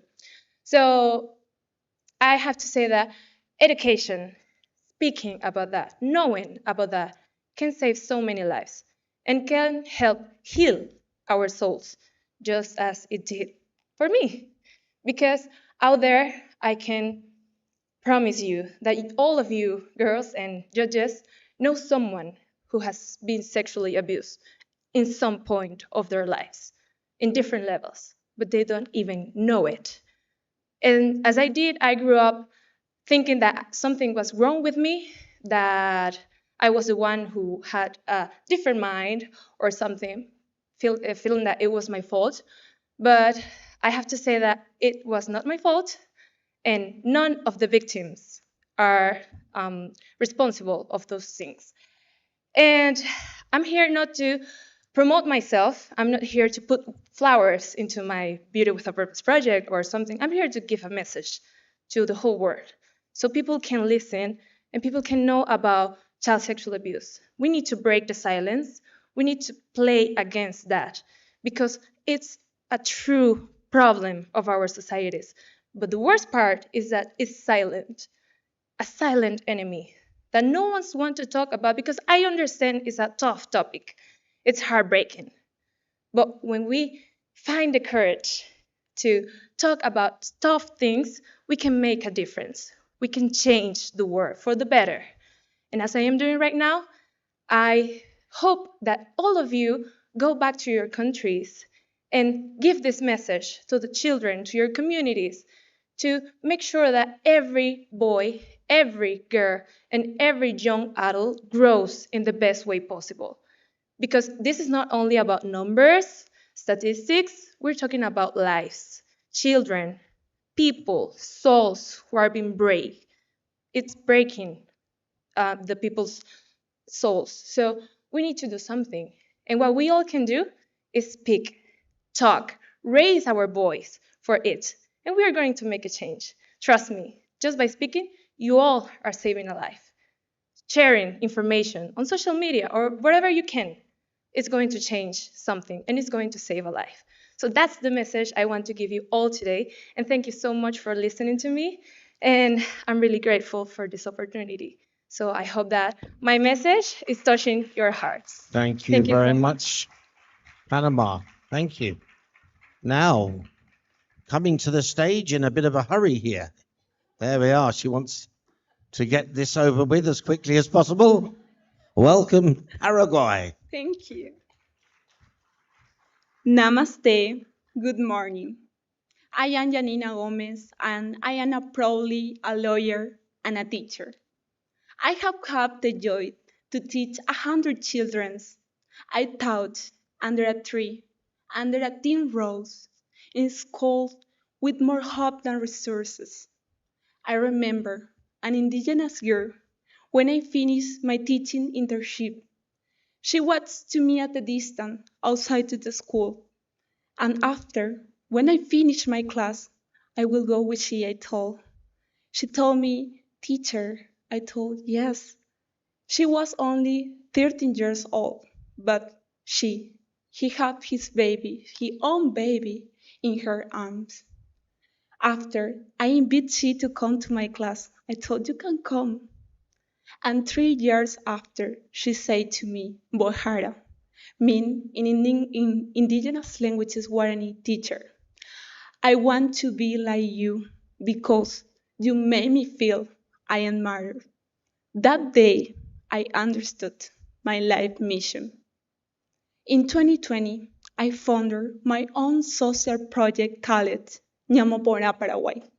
This project focused on improving education to indigenous community. In Paraguay, only 1 than 10 indigenous children finish basic education, and 70% to indigenous children live in extreme poverty, and this we can allow. For this reason, I founded my own project, and today we got more than 300 scholarships every year. We build in school and roads, but the most importantly, we bring in hope for these children. And today, I am here not only represent to Paraguay, I represent to all teachers around the world. who decide to fight in silence for a better world because it's a beauty has a purpose, let it be. Touch life, await dreams, and always believe in the power to the education because it's the only form you can change the world. Thank you, Aguille, and Namaste. Wow. Thank you very much, Paraguay. There was no need to rush. You did very well there. Now, please welcome Peru.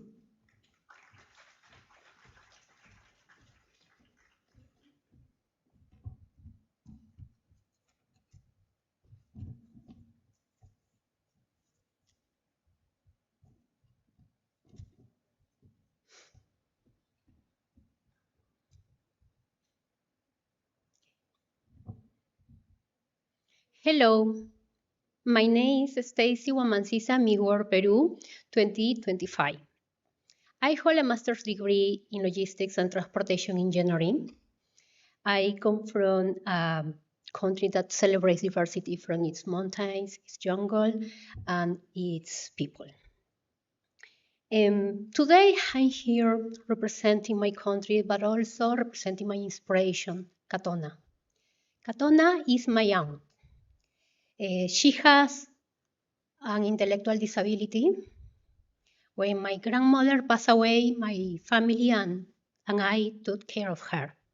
We experienced the pain of exclusion, and that really hurts. Sorry. But then something remarkable happened. When her environment changed, her body responded. The tumor she had in her mouth,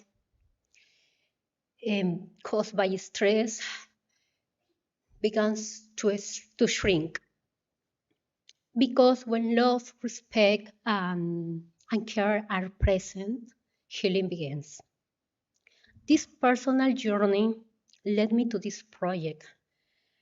We work with people with different disabilities to help them become more independent, discover their talents, and find spaces where they are seen, heard, and valued. Together with Fundación Calma and OMAPET in my country, in Peru, we have a center where we offer more than 10 workshops, cultural workshops, like dancing, acting, sports, etc. Also, we offer psychologists, nutritionists, and we support caregivers because I truly believe that no one is born knowing how to be a parent. We also organize inclusive fashion shows, fairs, and public events where their art crafts like this and presence are celebrated. Katona is a reality, but also my dream is to create the first sensory school of fashion and emotional beauty in the world. I want to become an ambassador of beauty with inclusion. Create a space where people with disability don't just model, but also to have the opportunity to design clothes where their emotions, inspired by their emotions, create makeup that reflects how they feel inside, and finally redefine the runway, turning it into a sensory, emotional, and artistic experience. Because beauty is also a language, but today I speak with my heart in my hands, with Katona stories beating in every word. She told me that the most beautiful things are not always seen, but they are always felt. My name is Stacy Wamancisa, and I believe that the greatest beauty is not in what we show, but in what we transform. Thank you so much. Thank you, Peru. And now we move to the host of the 70th Miss World. And we all remember very well our time in Puerto Rico.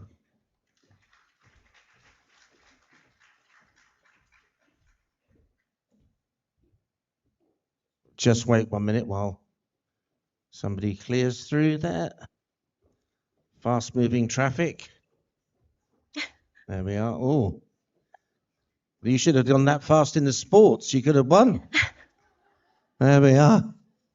Estonia, that would have been a match for. Right, Puerto Rico. Thank you for that introduction. For as long as I can remember, my biggest dream has been to leave a mark on the world. It has been my biggest desire. And I've learned through it all that the root of it is deeper than that. It is not the mark that you leave on the world, it's the mark that finds you. It touches your soul and transforms your life for the better. Throughout my life, I grew up tied to a stage. Since I was 8 years old, I started studying classical ballet, and I played the violin with the same passion. Then science found me. I became a biologist, now pursuing a master's degree in medical technology. Now, today, I'm a teacher. I teach chemistry and biology in my country's public schools. But arts and sciences didn't just shape my path, they upheld me.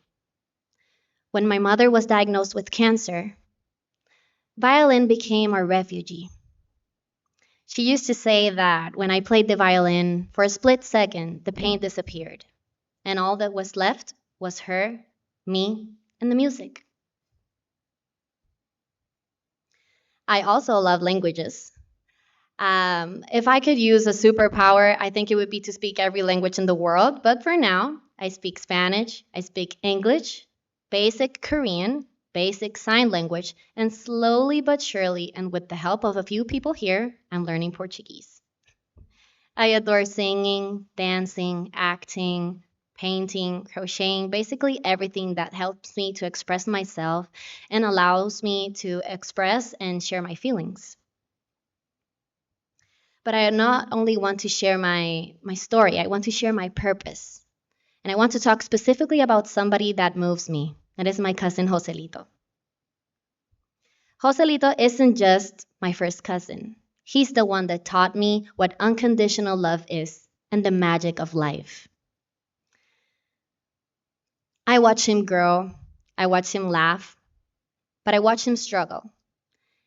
And I watched him be unfairly stigmatized and stereotyped before and through a society that doesn't understand or doesn't fully understand the beauty of functional diversity. Joselito has Down syndrome. He's different, yes, but what does being different truly mean? I think if we're all present and we seize this moment, we look at one another and we can see that we're definitely different, right?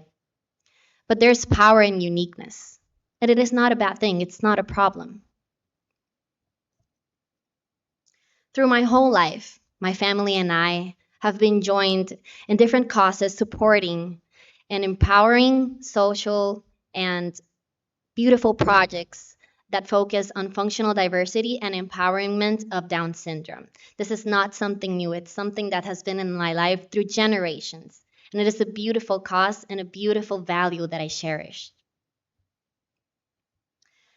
Thanks to this commitment, I had the honor of working with a foundation in Puerto Rico that focuses on empowerment and embracing this beautiful community.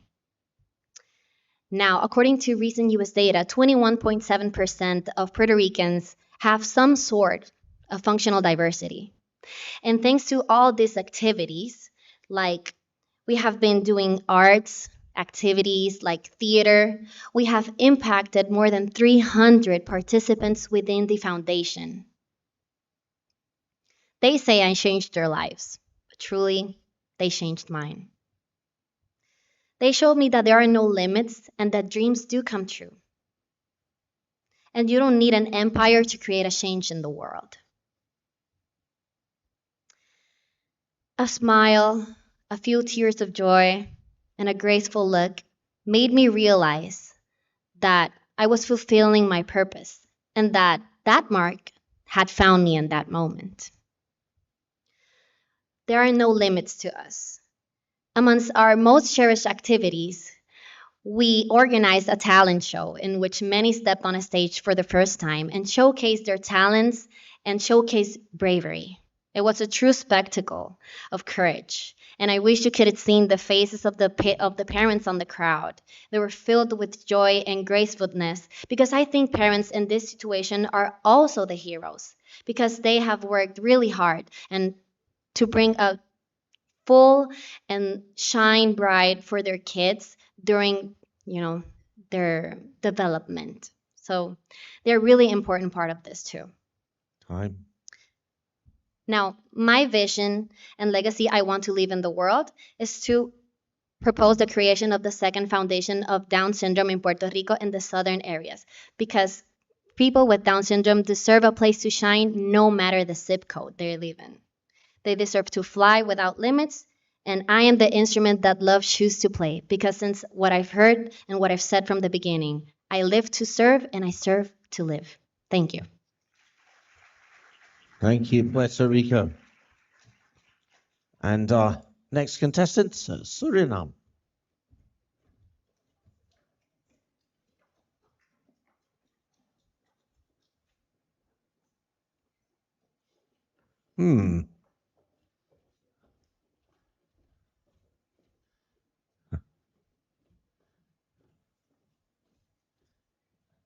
So please welcome to the stage, Suriname.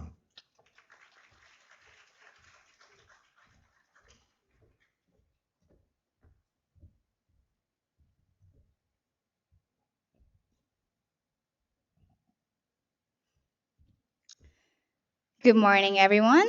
Hello, world. My name is Shanella Roosendaal. I am a proud Surinamese woman, and it is both an honor and a responsibility to stand here today as Miss World Suriname 2025, representing my beautiful country, Suriname, in a time of challenge and hope. I am a student studying international relations.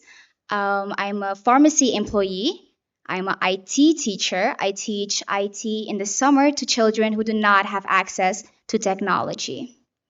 My country is rich in nature. Almost 90% of my country is still green. We are rich in culture. But today we face an economic crisis that has left many people behind, especially our children. Government funding is scarce. Orphanages, they struggle daily to provide basic necessities. But this is what defines us. Suriname doesn't wait for change. We create it. That is why my Beauty with a Purpose project, Nutrition for a Better Life, is more than just a charity. We set an example that when a community comes together, we can rise above. With local partners, we are teaching Suriname how to change itself. So we started with Orphanage Liliendaal, where we provided nutritious meals. We also train our workers, volunteers to also cater to the emotional needs that the children have. You can provide meals for a child, but they can still crave emotional connection because humans are social creatures. We also rally businesses and diaspora to adopt these orphanages. With Orphanage Liliendaal, we are setting the blueprint for other orphanages and people. Look what a big change a small group made. Now imagine a united front. Suriname has taught me that unity is strength. We came together, different cultures. Now we can come together again for this survival. To the world, I want to say, see us, hear us, learn from us, because a child that is hungry is not just Suriname's problem, but a humanity's test. I want to end this with a saying that is very popular in my country: the children of today are the future of tomorrow. Thank you. There we are. Thank you very much, Suriname. And, well, talking of fast, we have our sprint champion, Oh, it's one of them, Trinidad and Tobago.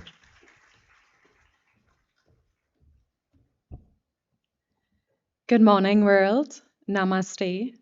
I am Annalise Nansen, and I proudly represent my beautiful twin island nation of Trinidad and Tobago.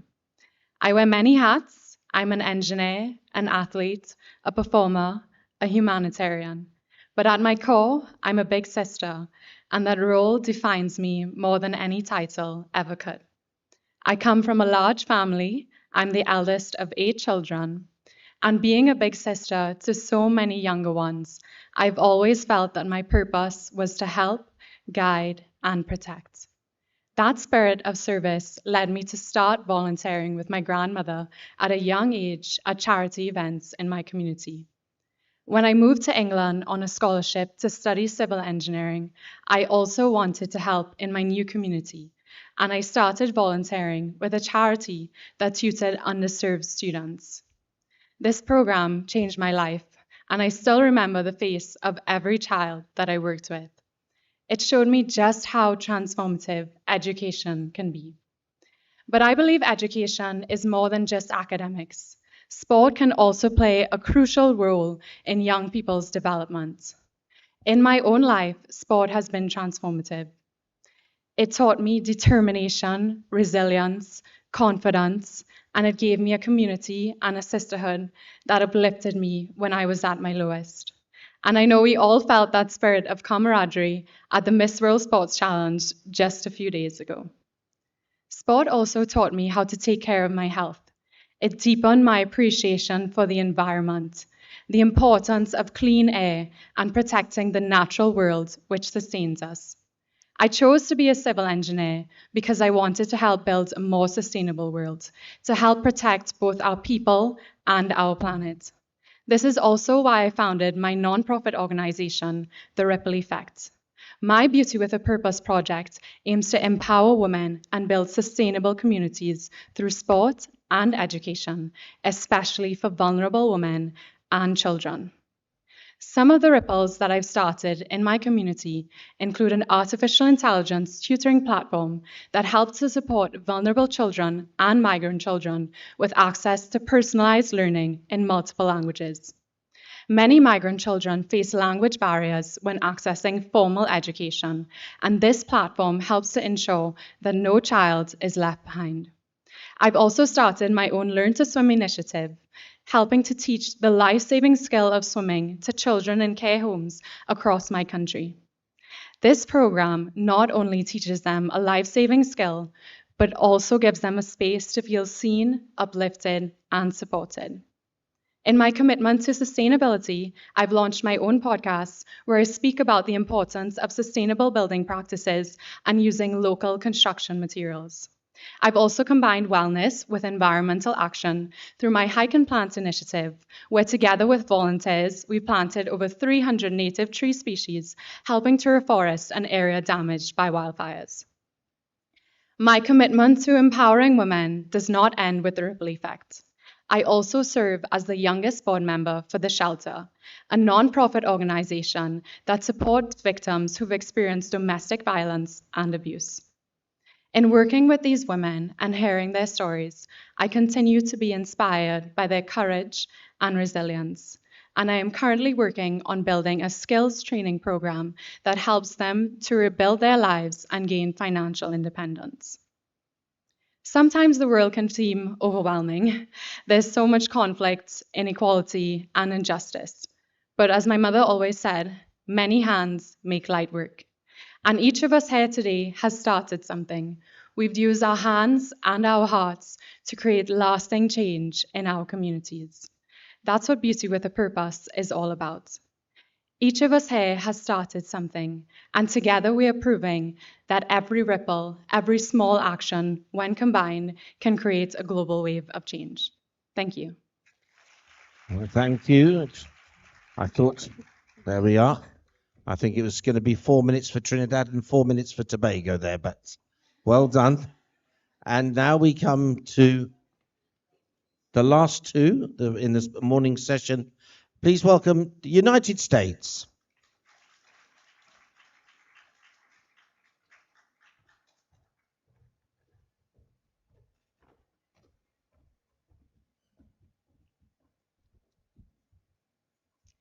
My grandmother had a saying, a shrimp that falls asleep gets carried away by the current. Now, I'm no shrimp, but I did have to swim quite a ways to get here today. Like a creature crossing the ocean, each one of us arrives here by way of our own improbable journey, a path where the unlikely becomes possible through resilience, faith, and courage. And to understand my journey, you have to meet the people whose stories are forever woven into mine. My grandmother, the one with all the sayings, grew up in the Andes Mountains of Venezuela in a home made of dirt walls. She worked as a housekeeper, never having the chance to go to school or learn how to read. But when she had my mom, Tessie, she made it her mission to give her daughter the chance she never had, an education. And my mom made the most of that chance. She studied hard, and when the time came, she set her sights on a university all the way in Provo, Utah. With little more than her faith in God and her American dream, she journeyed to begin a new life in the United States. When she arrived, she didn't speak a word of English, but once she learned, she used her new vocabulary to flirt with an American man, my dad Wilson. And the rest, as they say, is history. I was raised in a multicultural home where languages, countries, and traditions all blended together to form one family. My parents, my two brothers, Alston and Adrian, and me. Adrian, my younger brother, has taught me more about life than anyone else. He also inspired my Beauty with a Purpose project. Adrian has autism, a neurological condition that affects communication, social interaction, and the way he perceives the world. While he's brought so much joy to our family, it's also brought on some challenges. At just 13, Adrian was a schoolboy trying to make friends. One day he picked up a rock and scratched his nickname, ADRX, into the sidewalk, hoping to leave his mark and be remembered as a legend. But instead of friendship, he was met with handcuffs. The police were called, a citation was issued, and Adrian was arrested for vandalism. Because of his disability, he didn't understand how what he did was wrong, but instead of compassion, he was met with punishment. You see, that day changed my life. It was the moment I knew I had to fight for people with disabilities. My Beauty with a Purpose project, ADRX, tells my brother's story and calls for acceptance, inclusion, and a world where empathy leads the way. Through over a decade of service with organizations that fight for disability rights like Best Buddies and lobbying my hometown to recognize April as Autism Awareness Month, I've become an agent for change. Disability equity isn't just a personal value to me, it's a global need. And for so many, dignity remains just out of reach. But that's why I'm here today, to bridge the gap across cultures, industries, and generations with 4 simple letters, ADRX. My family is everything to me. I am the woman I am today because they taught me that the circumstances of our birth need not dictate the arc of our lives. Thank you to my grandmother, who began learning how to read at age 50. And she read and she read and she studied for her citizenship test, and she became a United States citizen at 85 years old in the last year of her life. Thank you to my mother, who arrived in our country not knowing the language, but went on to become not just a college graduate, but an English teacher. Who would have thought that the daughter of an immigrant and the granddaughter of a maid could be on her own improbable journey and become Miss World United States? That's me, Athena Crosby. And lastly, thank you to my brother Adrian, who hoped that by scribbling his initials on that sidewalk, he would become a legend. Well, today, Adrian, you are.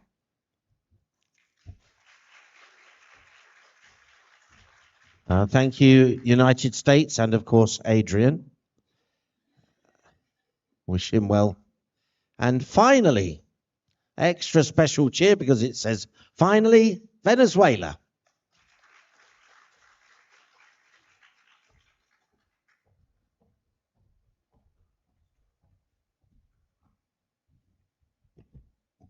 An authentic heart opens path and inspires hope no matter the obstacles. And for me, true beauty is not about physical appearance. It's about what you inspire with it. It's your essence. My name is Valeria Cagnabo. I'm 24 years old, fashion designer representing the beautiful country of Venezuela. And since I was a young girl, I understood the importance of essential values to be integrated in our daily life. Today, UNESCO STARK reports that over 40% of children worldwide suffer from the consequences of growing up in violent environments, and this can lead to them to develop problems such as anxiety, depression, and fear. This can limit them at the same time to not taking advantage of life opportunities or quality education. However, I feel that there is a solution for this matter, and this is called integral education, that nurtures not only brilliant minds, but also conscious hearts. When we educate children with respect, empathy, dignity, self-confidence, and non-violence, we are ensuring a better future for our society. We are ensuring women and men of success, women and men that knows that the only limits that they have are the ones that they put on themselves, not the ones that others put on them. And also women and men that are going to know how to relate respectfully and peacefully with other people and with them. I have partnered with people and organizations who share this vision, such as Fe y Alegría, a proudly Venezuelan educational institution that is now over 20 countries worldwide, and also the Gandhi Center, who brings emotional intelligence into the classroom. I have worked with them and with children of a vulnerable community in Caracas, Venezuela, and I have seen the very good result in them and the transformation in them. And these results give me the motivation for continuing advocating for quality education, because I want every children in the world to have access to it and to know that they can achieve anything they want in life if they trust in themselves. At 14, I wrote my first story, The Crystal Princess, and it talks about self-transformation and essential values. I wrote it at the time because it was my hobby, and I didn't expect this to fit very well with my project because it talks about essential values and self-transformation, and sometimes children can learn quicker and faster when they have something illustrated, more fun and more dynamic. I didn't expect this hobby to be a very powerful and essential tool in my purpose or in delivering my message. With my platform and with my voice, I want every children in the world to have access to integral education, to know that they are valuable, that they are capable of achieving anything that they want in life, and also to know if they have ever felt like they didn't fit in, it's because they're destined to stand out. I am here today because I believed in me, and I know that every children in the world can also achieve anything they want in all their dreams if they trust in themselves. Thank you so much. Dhanabad, India. Thank you, Venezuela. Well done, and fantastic first session. We've learnt a lot today, and I don't know if the ladies of Americas and Caribbean can all stand up together and we can all give them a big round of applause. Congratulations, ladies. Brilliant presentations.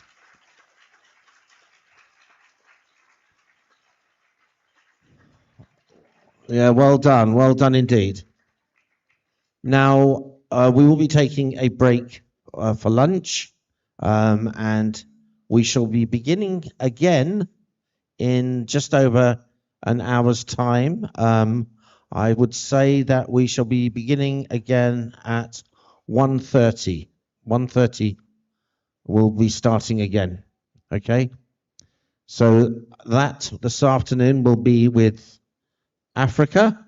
So be ready, Africa. In fact, I'd say that it's more like 1:15. So if we 1:15 for Africa, so those watching. The lunch now is on the 5th floor. So we'll take you down now to the 5th floor. And I think it's been prepared by your friends at the Trident, who are now waiting for you on the 5th floor.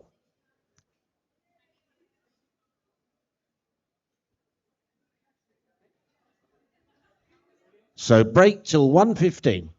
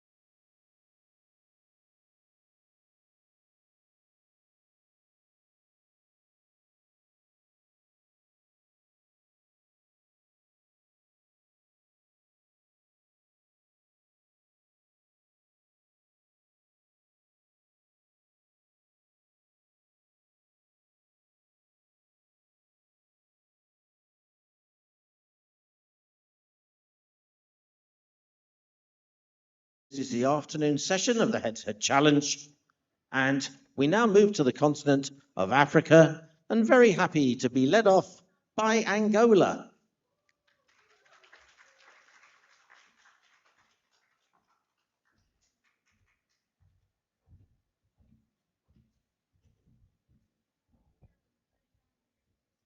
Good afternoon, everyone. My name is Nuria Assis, and today I will speak a little bit about myself before I speak about my beauty with a purpose.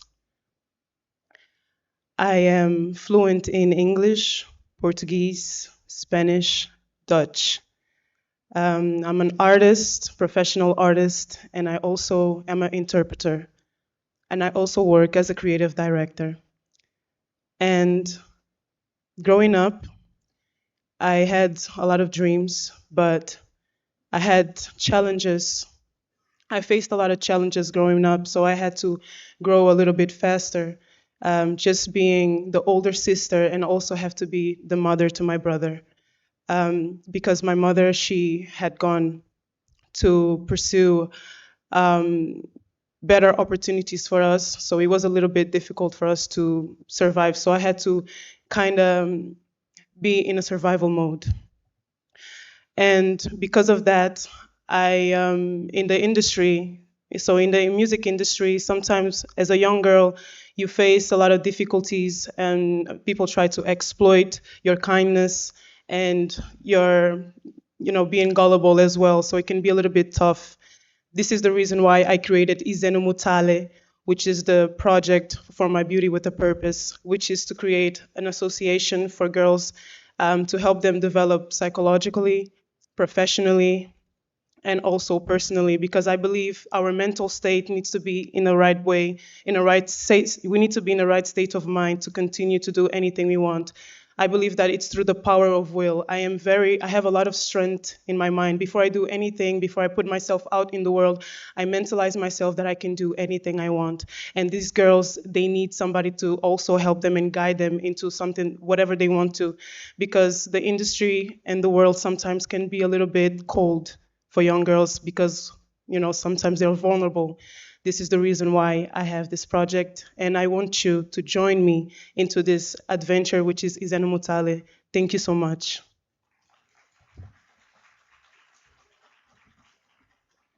Thank you very much, Angola.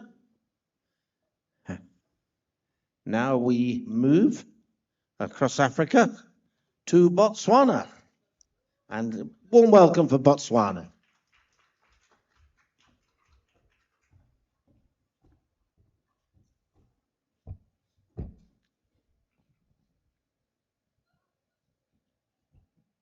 Namaste, hello world.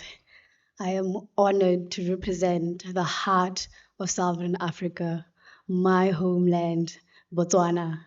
My name is Anisha Rautusi, and I am proud to be a Botswana. But also, I am a young lady who's driven by the love of representation. Not representing the crown, but representing the community, the nation, and the world. From a small village, I was shaped by the love of my grandmother, my mother, and communities. And they've given me the resilience, the humility, and the hope to represent them well. I am inspired by the untold stories of women who came before me, of women who have made stories that have laid the path for me to run through. And this inspires to make my own path with so much authenticity. These untold stories of ordinary people making ordinary, extraordinary steps. And I'm ready to make my extraordinary steps with my authenticity. I'm a young lady who likes to laugh a lot. I think the girls can say that or not. Well, I do believe that this journey is a true journey of greatness. I've learned a lot from you beautiful ladies, and that I've learned that every path I take, I will learn through every path of every person that comes across me. My Beauty with a Purpose project is called Lights, and that is because I'm illuminating my light with the world. My country has the privilege of free healthcare, but there is a gap. And that gap is where Lights comes in. I breach that gap of underserved communities where the clinic is probably way too far for you to reach. And it's that moment for me as the Lights Foundation to teach children, communities, and also the served communities. Because even in those served communities, there are people that do not know first aid. And that is an opportunity for one to save someone's life. That mini 5 seconds, you're able to sustain and save a life. And my aim is to make sure we live a life of lifesavers in every community, in every school, and in every nation. Closing up, being here is not a celebration of beauty. It is a declaration of purpose. It is a commitment to service, a moment of unity for global change for each and every lady that's standing here and wishing to change the world. My name is Anisha Rautisi, and I am Miss World Botswana. Thank you so much. Thank you, Botswana. Certainly, it's funny introducing you all because certainly the noisiest group at the sports final. And one of the noisiest of them all is up next. Please welcome Cameroon.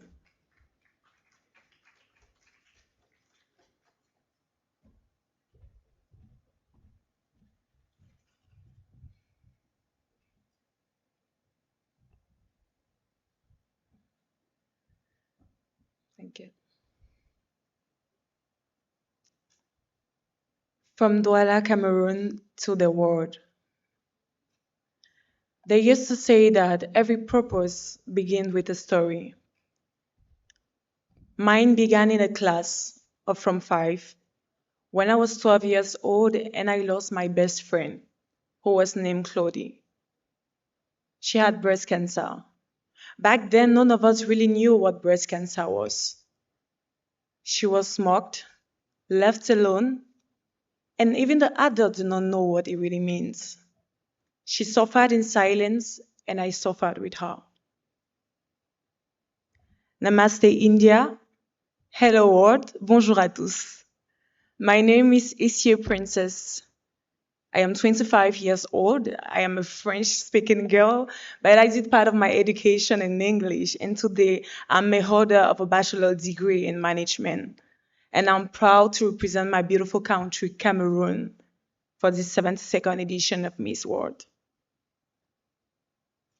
I come from a very big family, where each and every day my mom taught me so many values such as dignity, love, courage, and above all, gratitude. These values help me to drive to my beauty with a purpose. Since 5 years now, I founded the Cameroon Women Action, which is an association that helps young women affected by breast cancer psychologically, mentally, financially, and even physically. We reach thousands and millions of women around Cameroon through free screening campaigns, education in school, awareness campaigns, because we have to go back then where everything started. But also the scholarship of thousands of children, of women affected by breast cancer, because no woman should ever have the chance to choose within her life and her children's future. In my daily life, I'm a marketing director in an enterprise, a world full of strategies and innovation. But I often ask myself, how can I give back to the society above my title? What life has generously given to me. That is when I founded PI Academy, a school, yes, but above all, a place where young people come together to respect themselves, to learn more about themselves, and to reinvent themselves. Today, early before I came for the Miss World organization, I organized a charity gala. And we had thousands of people who came together just for one cause, to help these women affected by breast cancer. It was amazing to see the love and the support that these women receive each and every day. Another story is through the association website, We have thousands of women that are registered there so we can help them in the daily life. We have the story of a young girl of 16 years old who was full of joy, determination, courage, but she had breast cancer. And when I heard that she passed away, I felt so empty. I was sad and I wanted to give up because she was my new reason why I was continuing this battle. And then I told myself that I don't have to stop there. She should be the new reason why I have to continue. Because yesterday it was her, and tomorrow it can be someone else. Today, my journey is one amongst many others, but I stand here because the grace of God follows me each and every day of my life. And He's the one who helped me to be here today, to share my beauty with a purpose with you and the whole world. And I'm very proud to be here and grateful to the organizing committee of Miss World for giving us this beautiful opportunity. Thank you so much.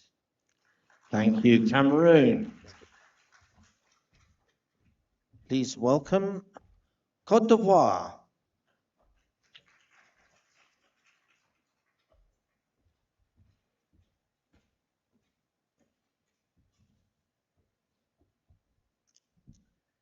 Namaste India, hello world, bonsoir à tous. Ici Fatoumata Coulibaly, Miss World Côte d'Ivoire. Et aujourd'hui, c'est un immense honneur pour moi de vous parler de ma personnalité et de mon beauty with purpose. It is a huge honor for me to be here today to talk about my personality and my beauty with a purpose. Alors, qui est Fatoumata Coulibaly? So who is Fatoumata Coulibaly? Je suis une jeune femme de 21 ans, I am a engagée, young woman, 21 years old, engagée, engaged, passionnée, passionate, qui croit que lorsqu'on a un rêve, lorsqu'on y croit, lorsqu'on a la volonté et le courage qui vont avec, eh bien, on peut se surpasser et surpasser toutes nos limites. who strongly believes that when you are passionate and engaged, you can do your dreams and everything that goes with it. Sans plus tarder, permettez-moi de vous parler de mon beauty with purpose. Now let me talk to you about my beauty with a purpose. Mon beauty with purpose porte sur l'autonomisation de la jeune femme issue de milieux défavorisés. My beauty with a purpose talks about how to get autonomous about women in my country. Pourquoi ce projet? Why that project? Laissez-moi vous raconter l'histoire de cette brave jeune femme qui n'avait demandé que 3 choses durant toute son existence. Let me tell you that story of this brave woman who only wanted 3 things in her life.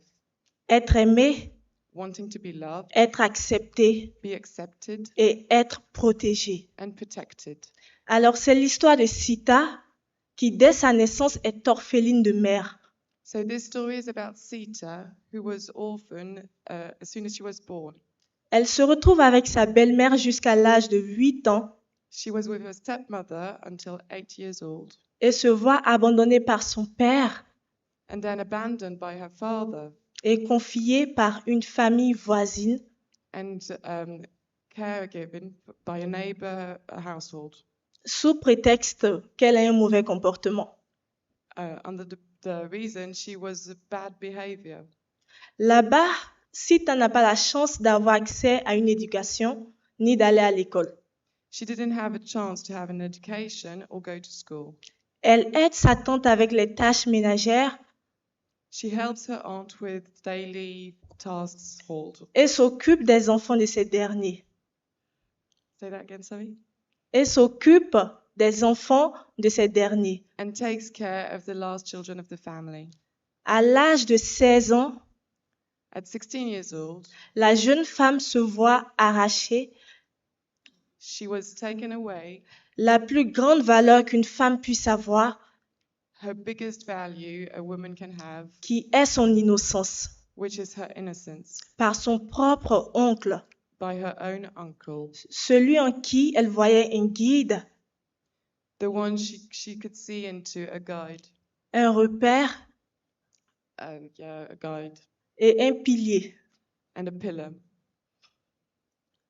frustré, frustrated, déshonoré, dishonorated, humilié, humiliated, Sita Sita se voit en train d'en parler à sa famille, talks about it to her family, mais personne n'ose en parler. but no one can talk about it. Pour des raisons familiales, For familial reasons pour des raisons religieuses and religious et reasons pour des raisons sociales. and social reasons. Jusqu'au jour où Sita tombe enceinte.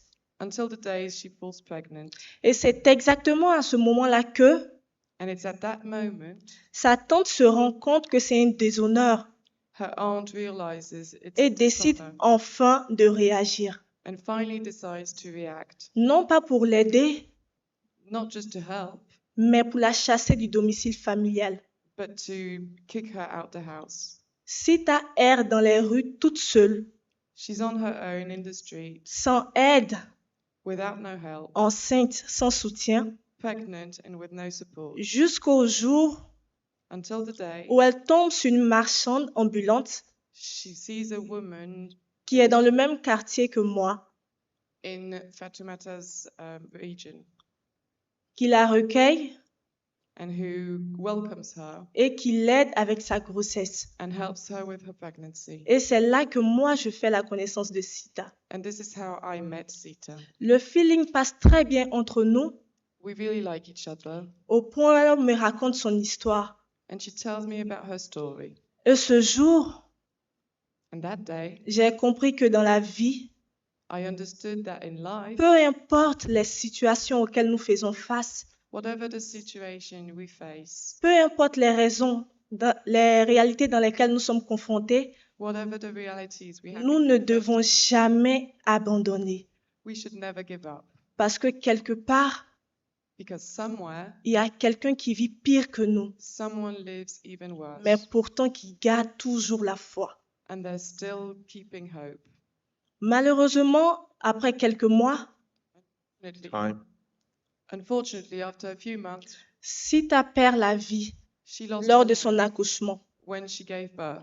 Aujourd'hui, Sita n'est plus là She's not there anymore, et je veux porter sa voix, but I want to carry her voice. porter la voix de toutes celles qu'on n'entend pas, qu'on ne voit pas, mais qui souffrent dans le silence. Carry all the voices of the ones who are unheard and suffer in silence. Je veux pouvoir les accompagner, les motiver, les inspirer à croire en elles, en leurs rêves I want to accompany them and et support surtout them à s'imposer dans un milieu professionnel. and impose themselves in professional work. Comme on le dit si bien, empower a woman and you empower a generation.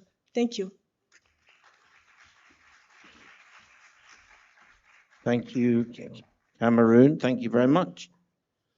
Côte d'Ivoire, sorry. We now have Equatorial Guinea.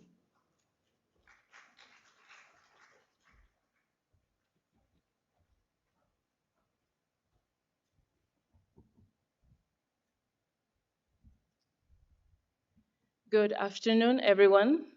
My name is Estela del Carmen Gemamangue. I'm a 20-year-old student, and I'm truly honored, and it's a pleasure to represent my beautiful country, Equatorial Guinea, here before the world. So I would like to thank you for giving me this amazing opportunity. Today, I want to share my project, a project that it impacts everyone around the world. A project about children, about education, and about purpose.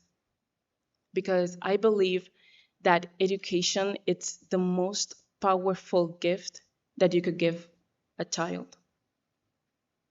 And them discovering their vocation gives that education a true meaning, a true significance. In many parts around the world, children, including my country, go to school every day and they attend to these classes without even knowing why they are even there or without a clear direction. So I want to give them that direction.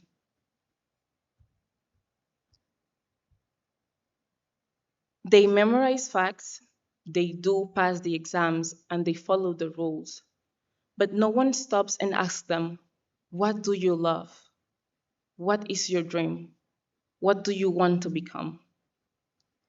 And children getting educated without any purpose, we take risks on raising generation that they are informed but uninspired.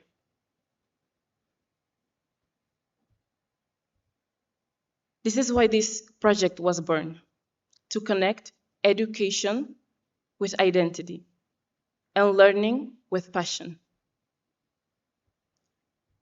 My initiative has one mission: to help children not only stay in school, but also know why they are there and where the school can lead them.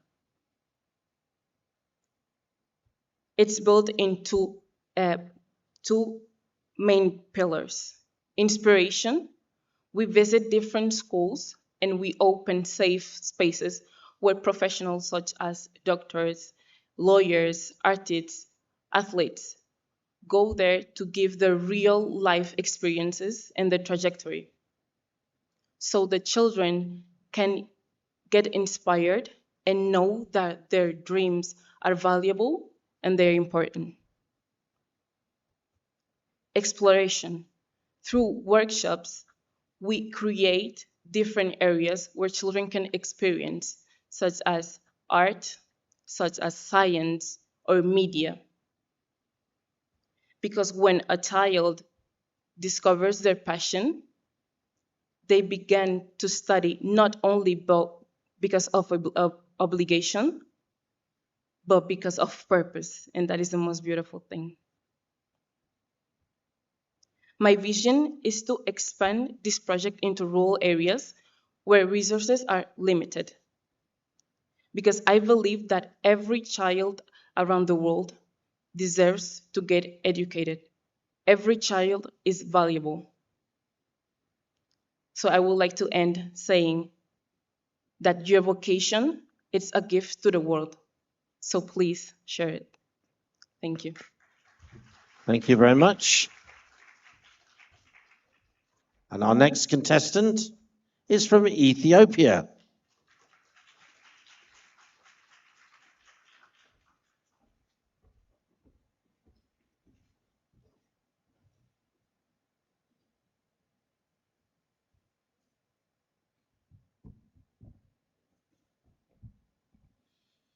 Good afternoon, world.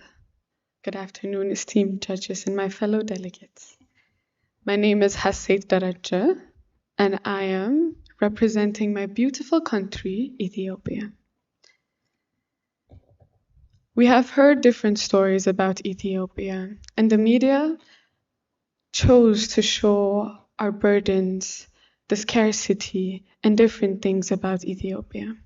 But there is so much for Ethiopia than what the media had displayed. Ethiopia is the only uncolonized country in Africa. Ethiopia is the cradle of humankind. Ethiopia is the birthplace of the coffee that you drink every day. Ethiopia planted 25 billion trees last year to sustain our environment. With the help of our Nobel Prize winner, President Dr. Abiy Ahmed, we've been making different changes that the world do not know about. As I stand here before you, by profession, I'm a chemical engineering student who loves science and creating solutions. But beside that, by purpose, I am champion for the kids that I advocate for, who are children with hydrocephalus and spinal bifida, and also their mothers. In Ethiopia, 44,000 children are born with hydrocephalus and spinal bifida each year. And the mothers, mostly when the fathers get to know about the sickness, leave them. So the mothers get to fend different things in the streets, and that always breaks my heart. I am the first daughter, the eldest daughter, which is the second mother in the house. So I have deep care and empathy for children. I believe every child deserves equal chance. And I want to teach the mothers how to do different handcrafts for them to sustain themselves and be financially independent.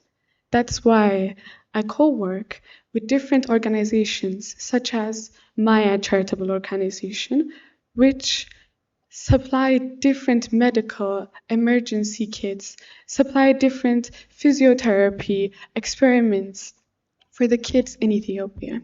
And beside that, I also work with Maya Charitable Organization and Mestet Charitable Organization that help the mothers create their own handcrafts to be financially independent.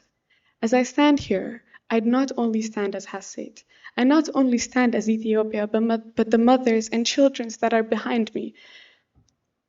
I stand here unashamed of my roots. I carry stories not just as queen, but as an older sister, as a woman who have burdens of those children on me, and as a stubborn believer in change. Thank you so much.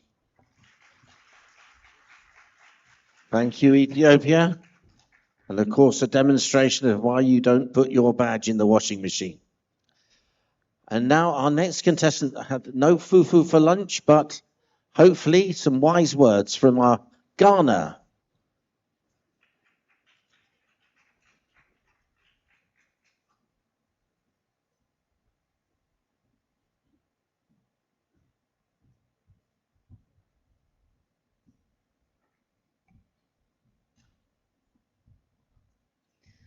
Hello, lovely people of the world. Namaste, India. My name is Juta Amapokia Ado, and I come from the land of gold, rhythm, and resilience, Ghana. I am a free-spirited person who loves education. I believe that education is power. And that is why I'm a dual student pursuing law and business at the same time. When I'm not reading my books, I'm on the golf course. And when I'm not on the golf course, I'm in my art studio doing some painting. And that is my unique life. Today, I would like to share my beauty with a purpose, the story behind my beauty with a purpose, and the reason why I chose that purpose. When I think about beauty with a purpose, I don't think about crowns or gowns, but I think about a girl I knew in school. She had a disability, and I saw how she was being treated. She was really close to me, and I loved her dearly, and the painful memory that I always keep in my mind is how bad she was treated.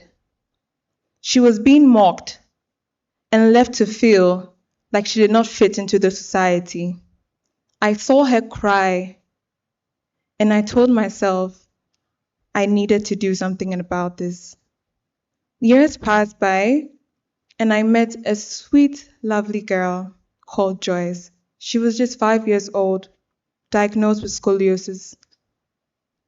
She wasn't going to school, not because she did not want to, but because she physically couldn't. And then once again, I saw a society that forgets to support and to care. And so I decided to care, to act, and to support. Because I believe in children. I believe that children are the future. No child should be left in silence. No child should be made to feel invisible. I believe in equal opportunities for children. And that is why my beauty with a purpose is not just a project. It's a purpose. It's personal. And I know that with the help of my country and everybody that is on board, we could save the children. Because children are our future. And we have to make sure that everything that they do would work. I stand before you now, once as a child, and I know how it feels to be laughed at. I grew up being very, very skinny, and I was always laughed at by my peers. I couldn't go for lunch, couldn't go for activities because I was just scared to come out. And every time we were changing, I was so shy because I felt like everybody was going to see my bones.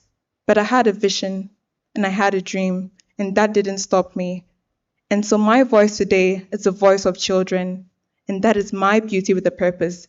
It's an impact, and I know that by doing this, I'm not only going to save my society, but also achieve the Sustainable Development Goals, Goals 4 and 10. That is reduce inequalities and quality education. Thank you very much, Medasi. Thank you very much, Ghana. Thank you. Next, we introduce Guinea. There he is. A big round of applause for Guinea as she comes. There we are.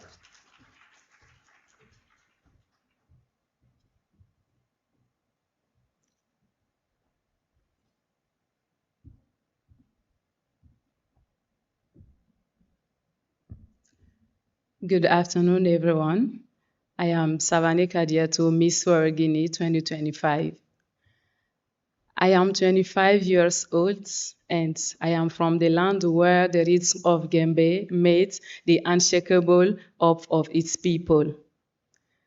Growing up in lively streets of Conakry and Mamou, I learned two lessons. First, kindness is a universal language in the world. And second, when the girls are given the knowledge, entire community raise. Haven't you noticed that, ladies and gentlemen? My Beauty with Purpose project is called Voice of the Invisible. Because as a traveler, I've met so many bright girls in rural area who wanted to do education, but unfortunately, they can't. And they don't have voice to do education.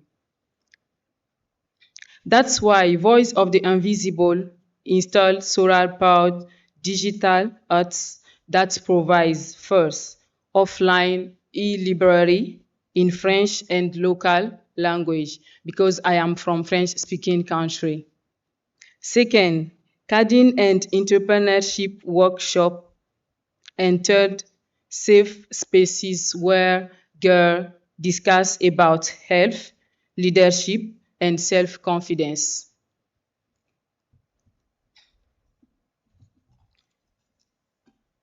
The loudest proof in my project is Fatima, one of my students.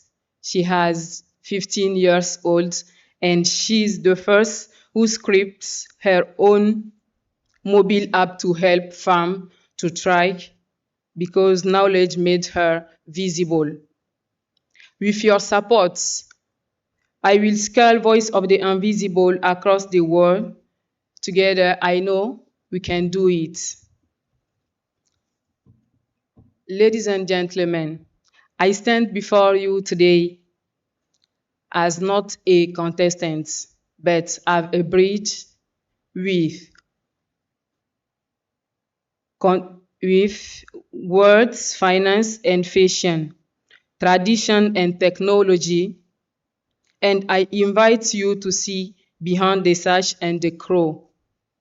And join me in lighting a path where every girl, no matter how hidden his village, can step into the spotlight or opportunities. Because I do believe that when the world rests in the hands of a well-prepared and well-educated woman, it can be carried forward with utmost care. Thank you so much. Thank you, Guinea. And now we come to Kenya.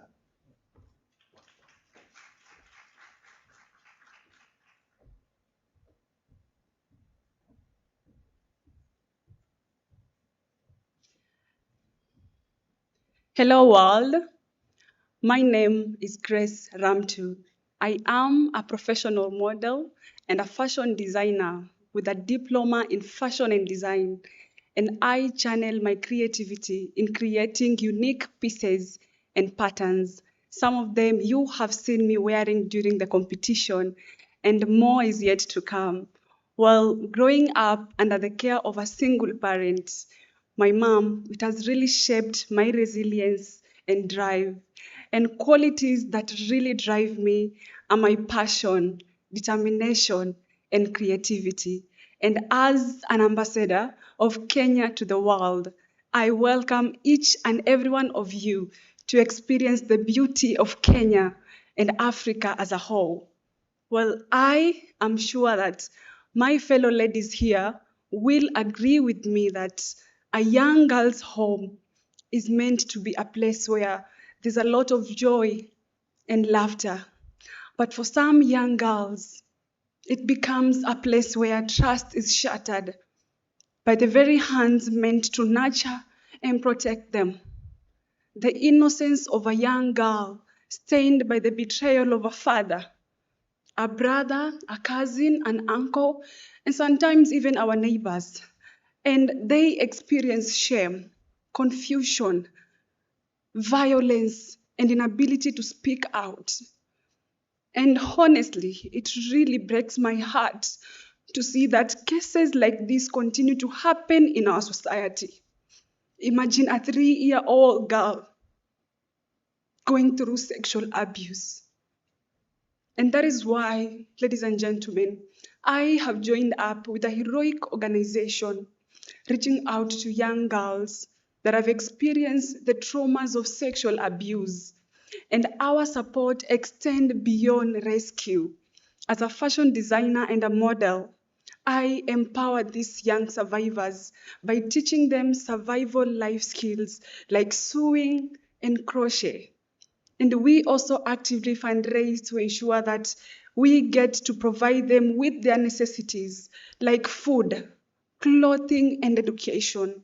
We also collaborate with psychologists to ensure their mental well-being. And this project is a testament to their courage. Thank you.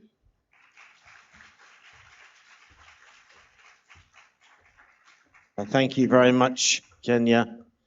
Now, please give a warm welcome to Madagascar.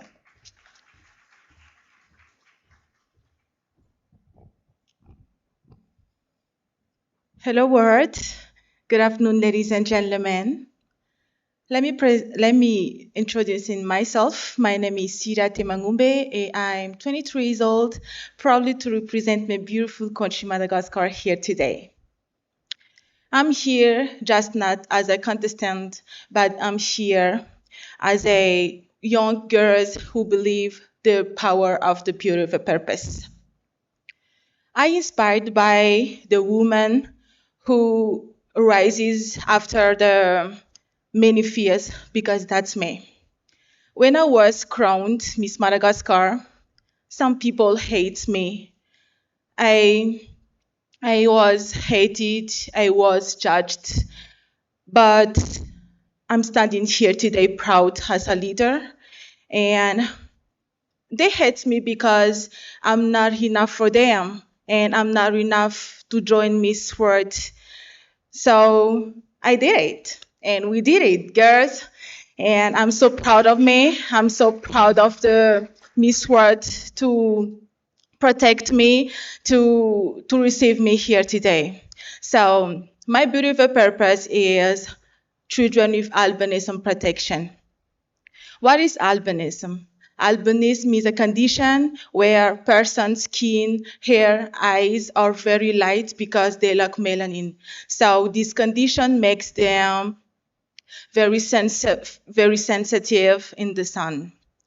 In Madagascar, some people with albinism face many challenges in their life, like society, health, economic. But the most challenge in their life is not their health, but it's how society treats them in Madagascar. And that's why I'm here.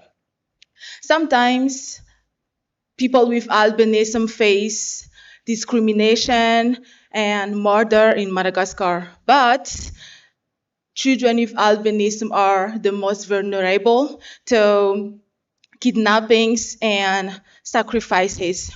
You know, it's not fair.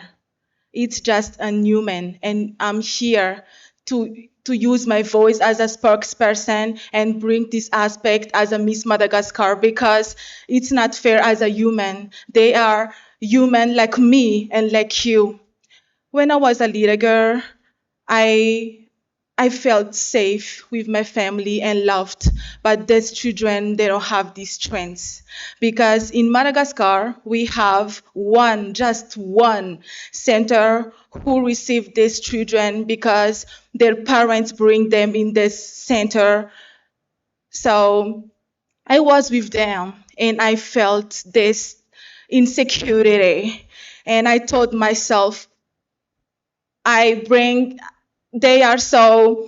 they met me, they are so happy because finally one person bring our voice in the world. And that's why I'm here today. And I'm a big sister. I have 2 brothers and I have 2 little sisters. So sometimes I told myself, if they are in the same situation, and imagine you have your baby and someone else bring your baby to sacrifice because of the superstitions, because they believe bad. So I'm here today, and my message today is, let's protect every child in the world, no matter their skin color, no matter their condition, because they are children, they are so innocent. So I'm here, Syria, Miss Madagascar. I'm their voice, I'm their strength, and I'm their hope. Thank you very much. Thank you, Madagascar. Now, to the island of Mauritius.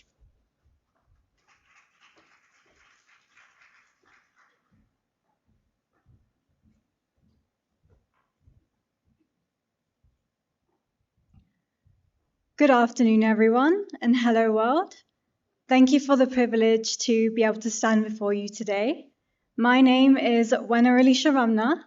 I am a 22-year-old biomedical engineer graduate, a model, and I'm proudly representing my beautiful paradise island of Mauritius.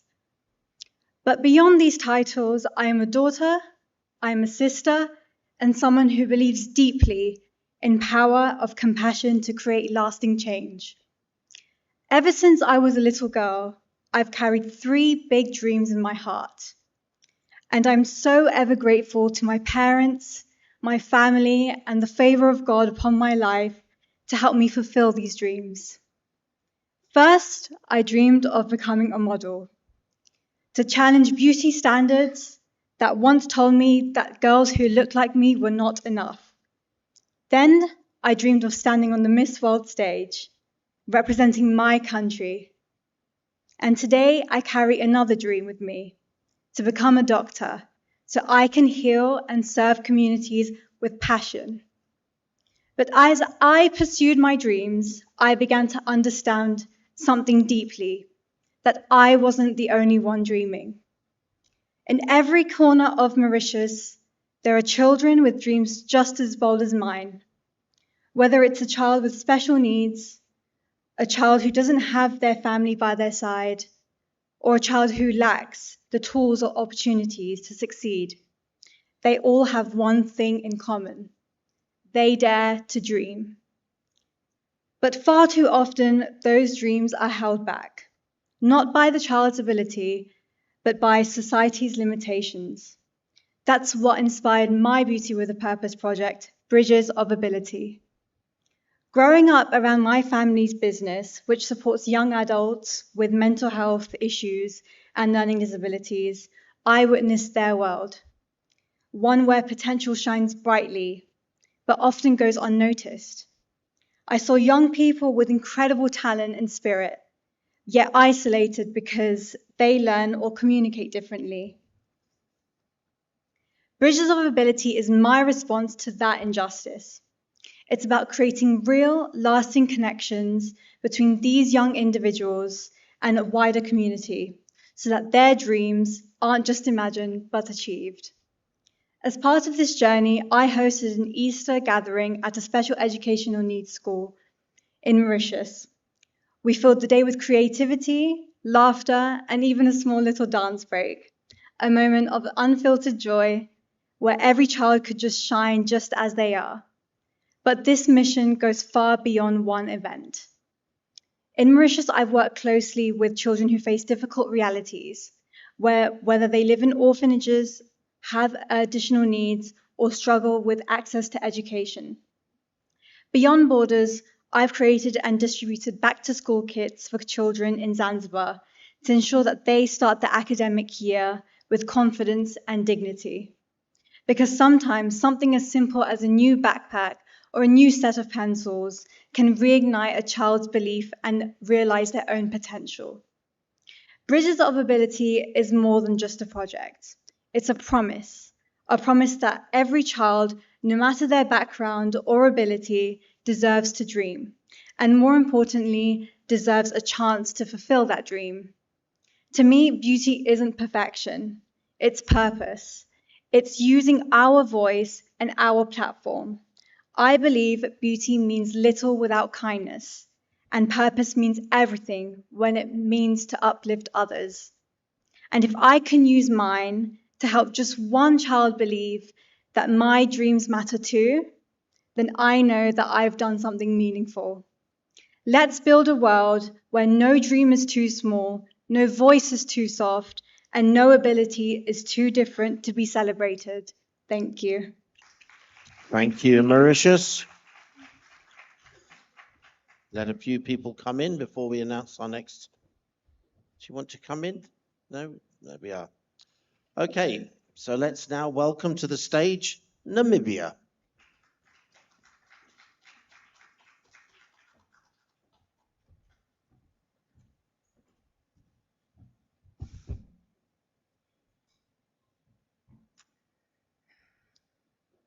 Good afternoon, world. My name is Salma Kamanya, and I am representing Namibia, or as we affectionately like to call it, the breadbasket of Africa. I'm so incredibly grateful to be standing on the stage here today. Thank you for according me this wonderful opportunity. I like to characterize myself as a woman of compassion and a passion to make a sustainable change in the different communities that I serve, and dare I say, the world.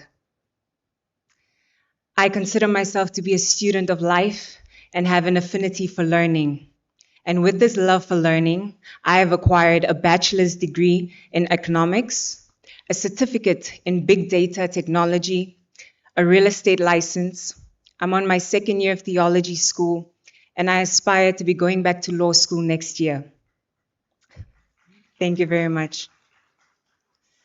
My reality is not the reality of people around me. I come from a household in which my father never had the opportunity to go to school. He therefore greatly encouraged it in our household, and I consider myself to be my ancestors' wildest dreams because I had the opportunity to graduate and have the exposure of standing on stages like this today. I believe that there's no greater honor than that of being a public servant. One of my favorite quotes in life is, "The meaning of life is to find your purpose, and the purpose of life is to give it away."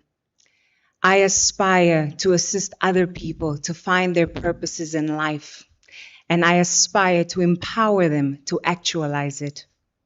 I started my own foundation in 2018 called the InnoNation Foundation. It operates under the pillars mental health, women economic enablement, and youth empowerment through arts advocacy and technological development. In 2021, my focus shifted.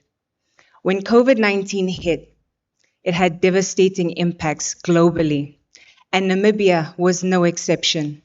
At this point in time, I was working at different orphanages and community centers and volunteering at weekly soup kitchens. When COVID-19 hit, the people that struggled the most were these orphanages and community centers. At that point in time, I had listened, I had learned, I had engaged. And there's one particular center that I used to volunteer at regularly. It's called the Hopeful Children's Center, headed by a woman with a heart for service, Bianca Mohatu. She facilitated and hosted about 200 to 300 children on a weekly basis and fed them at the soup kitchen. At this point in time, I had engaged and I had learned, and I had come to realize that that one meal a day was the only meal that a few children in that community would have access to for the entire day. I went home and I had conversations with different people about how we can make a better, more sustainable, more impactful change in these centers. This is where Inno Grows was birthed. We install backyard gardens, or as we like to call it, urban farming units in different orphanages and community centers to provide children with sustenance and the educational tools that they need in order to grow their own food. Agricultural education is a big labor of love for me because I've seen it transforming communities, and at my core, that's what I aspire to do. I believe that true beauty doesn't shine in the spotlight. Don't get me wrong, there's beauty in illumination, but I believe that true beauty shines in service. Like I mentioned before, there's no greater honor for me than that of being a public servant. And I aspire to live my life by the mandate of true beauty with a purpose must be driven with purpose in order to be impactful. Thank you so much. Thank you, Namibia. Now this is it, my athlete from earlier today, the fastest to lunch. There she is. A warm welcome and congratulations to our gold medalist for lunch today, Nigeria.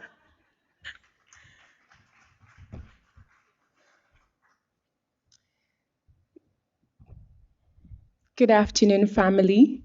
All protocols duly observed. I am Joy Mojisola Raimi, and I'm privileged to be Miss World Nigeria 2025.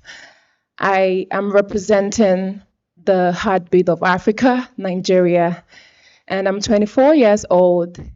And my love for performance led me into studying theater and films with a major in acting from the prestigious University of Port Harcourt City, Rivers State, Nigeria. Ya atiomo, ebashek po mi motikolefo, ihe omimi nne na nwa enweghị nkewa. That translates to the sacred and unbreakable bond between a mother and a child, from two major languages in Nigeria, the Yoruba and the Igbo language. The unbreakable bond between a mother and her child, I dare say, is the most powerful synergy you can find anywhere in the world. Agatha Christie rightly said, a mother's love for her child is like nothing else in this world. It knows no law, no pity. It dares all things and crushes down remorselessly anything that stands in its path. At just 2 years old, the bond I shared with my mother was severed as she passed on due to the challenges of accessing quality healthcare. And as I grew up, I understood what it means to grow and thrive without the love and support of a mother. But the most painful part is knowing fully well that she would have still been here if only we had access to quality healthcare. I also experienced how difficult it is for the motherless, I mean the underprivileged children, to gain access to quality education, and how this often reshapes their lives. In most cases, it delays and obstructs destinies. And I want to make a difference and to be part of the solution. As a matter of fact, I am making a difference. It is consequent upon my life experiences that I introduce to each and every one of you in this room today my life's mission, the Omoluabi Renaissance Initiative. It is housed by my first love, the Love for Humanity project. The Omoluabi Renaissance Initiative has a clear focus on reviving the future through women and children, leading to a rebirth of strong communities through education and health. A renaissance of values driven by empowered women and educated children. Now, this is a project that precedes me. This is a project that speaks life to me, helping children across Nigeria acquire quality education whilst insisting on helping women gain access to quality maternal health care services.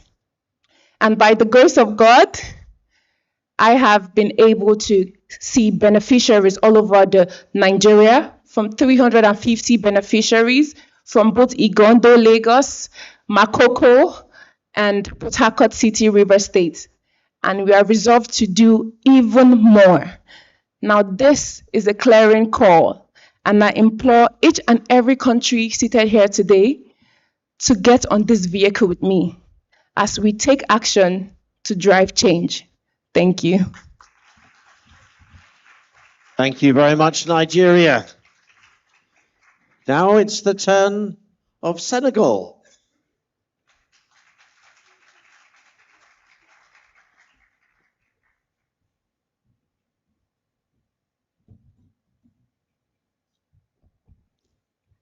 Hello world. Namaste India. My name is Mamfama Jaigai. I'm a master's student specializing in criminal sciences, and I'm so Miss Senegal 2025. I'm so happy to represent the voice of the voiceless today at Miss World. Thank you.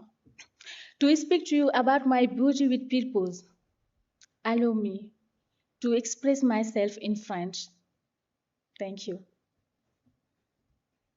Ladies and gentlemen, c'est avec le cœur lourd que je me tiens devant vous aujourd'hui. It is with a heavy heart that I stand before you today Pour vous parler d'une réalité essentielle, mais très douloureuse, to speak about a painful but essential reality, celle des enfants de la rue et le lien souvent ignoré qu'il entretient avec le phénomène de l'immigration clandestine. about street children in Senegal who are often ignored and share connection with illegal migration. Pour entrer dans le vif du sujet, permettez-moi de vous raconter une petite histoire. Now let me tell you a story. Étant une jeune fille, j'ai eu la chance d'avoir un toit, d'avoir un lit, d'avoir une famille.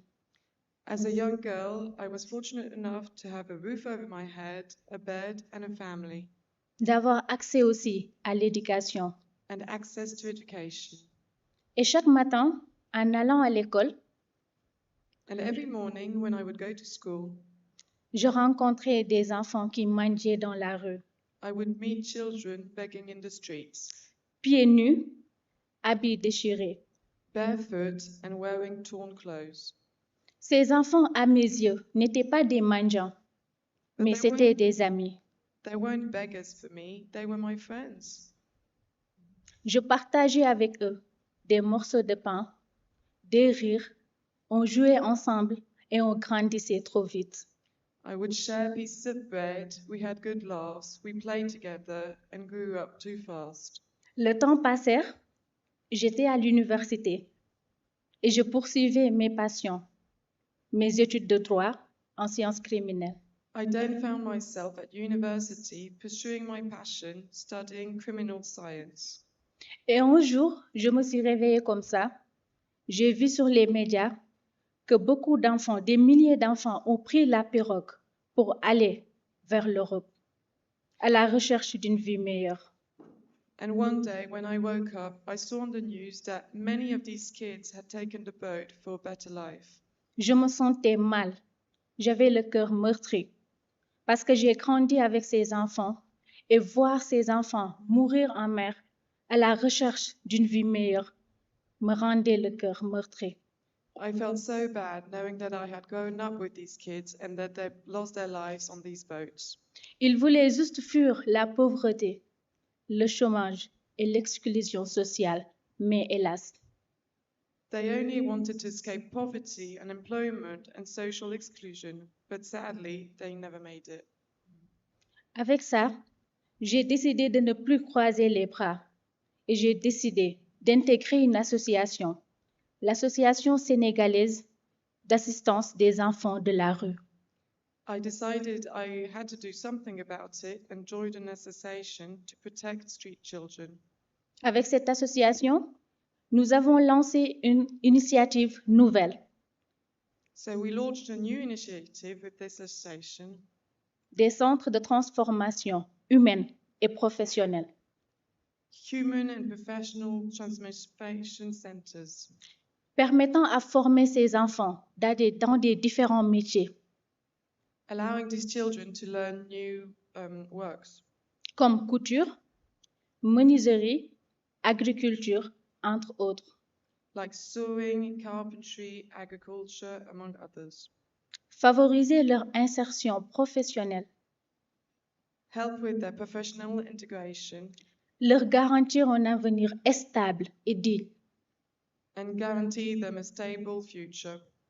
rompre le cycle de la pauvreté Break the cycle of poverty et lutter contre l'immigration clandestine and fight against illegal migration, qui a emporté trop de nos jeunes.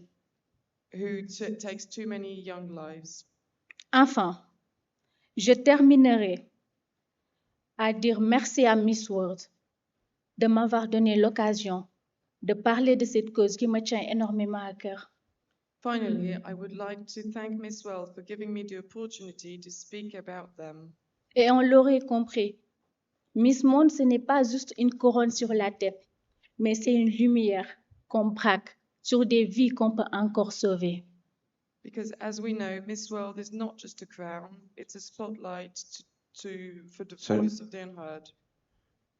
Donc, je vous demande à vous, ici présents, à travers ma voix, entendez leurs cris et rejoignez leur combat, notre combat. So through my voice, I ask you to hear them and join our fight. Thank you so much. Thank you. And I forget it. Africa needs its children on the mission, not in exile. Thank you. Just thank you very much. Okay, now we come to Sierra Leone. Yes.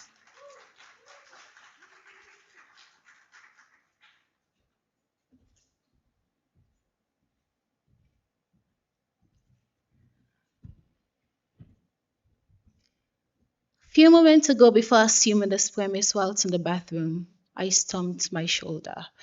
I was in severe pain and I fell down. I had to stand up again. I dusted my clothes and I had to raise my head up high. The attendant asked, "Are you okay?" And I'm like, "Yes, I'm very much fine." I plastered a huge smile on my face.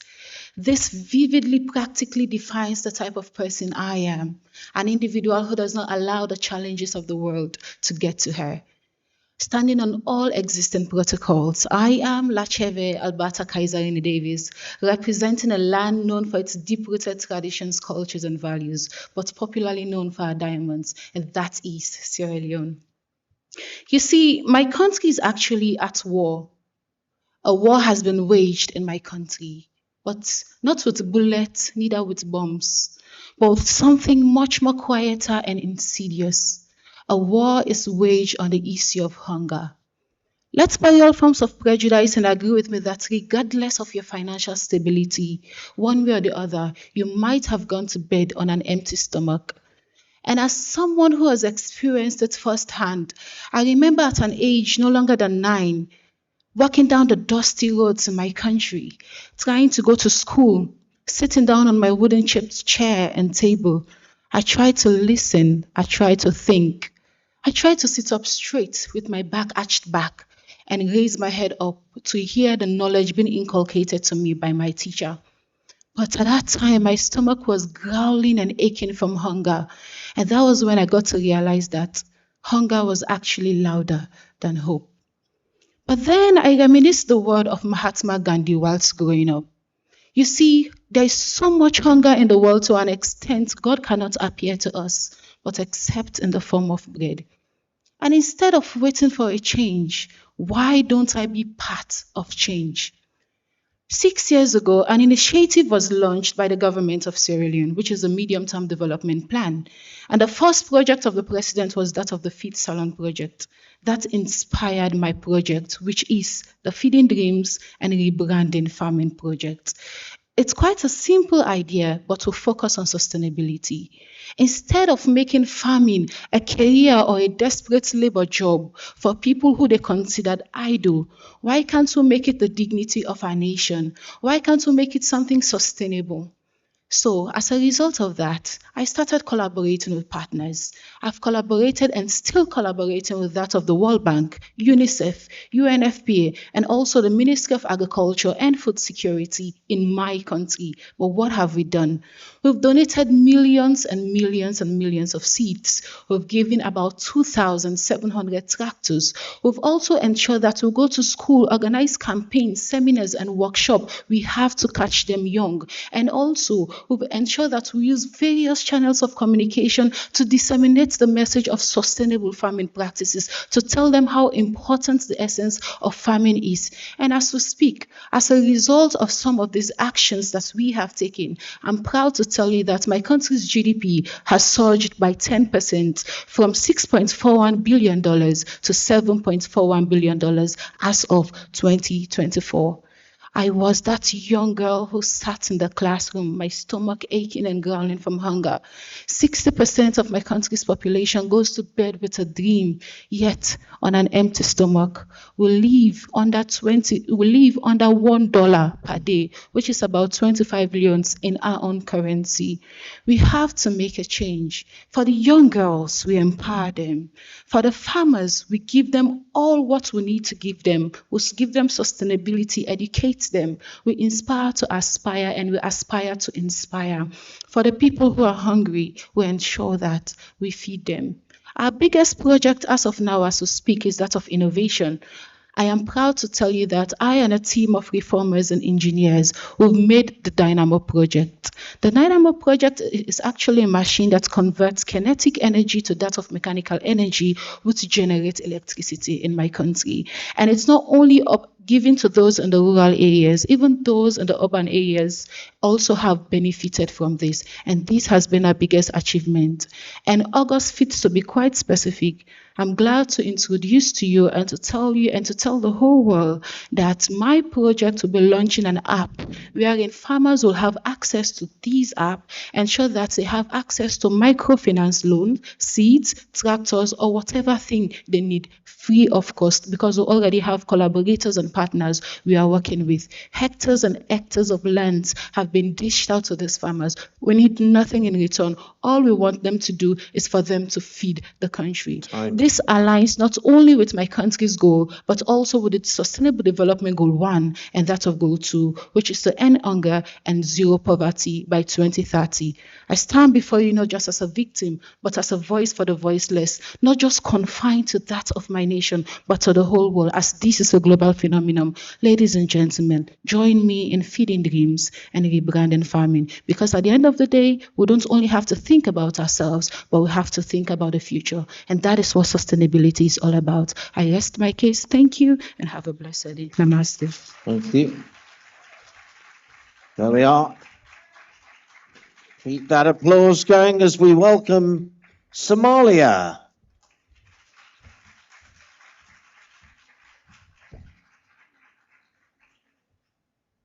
Good afternoon, everyone. My name is Zainab Jama, and I am proudly representing my beautiful land, Somalia. I was born and raised in Somalia. I grew up as a refugee, fleeing my country due to climate issues and conflict. As a child, my childhood consisted of my family and I riding on camels, searching for safety and a home, but every place we found was destroyed. And luckily our family got accepted and we found opportunity in the UK. And that's where I pursued my education, and my family and I were able to rebuild our life. Today I would love to share the mission that brought me to Miss World. I'm the founder of the Female Initiative Foundation, a project born from one of the most darkest moments of my life. I stand here today not just as a voice for the voiceless, but as a survivor of female genital mutilation. I speak for the millions of girls whose voices were silenced before they ever had the chance to live freely. I know what it feels like to have your rights taken away, to feel powerless and to be told that your voice doesn't matter. And I know there's a lot of people in the world who don't know what female genital mutilation is. And so I think it's really important that I raise awareness and I educate, and that was my main purpose at Miss World, was to teach people what female genital mutilation is. And I'd love to share with you guys the procedure that's done. I know that it's something that can be very uncomfortable, but I believe that it's something that the world needs to hear and needs to know. And I will explain to you this at first hand. I was 7 years old. I was outside playing with my friends when I was picked up. My clothes were ripped off, and I was taken to a room where 3 women waited with blades, scissors, and all tools. These women were not doctors, nor were they medically trained, just tradition passed down through generations. They cut off my clitoris, the part of my body meant for womanhood. They then sliced away the inner labia and the outer labia. I remember I screamed in pain because during the procedure there's no anesthesia used, no comfort, only blood and loud silence. I remember crying and begging, but the woman told me to be quiet, to be brave, and to be proud, as that was part of our tradition. Once the cutting was done, my skin was stitched back together with thick thread or thorn, leaving only a tiny part of hole, barely enough for urine or blood to pass through. This process is called infibulation and is one of the most severe forms of FGM. After the procedure, I was laid in a dark room with my legs tightly tied together.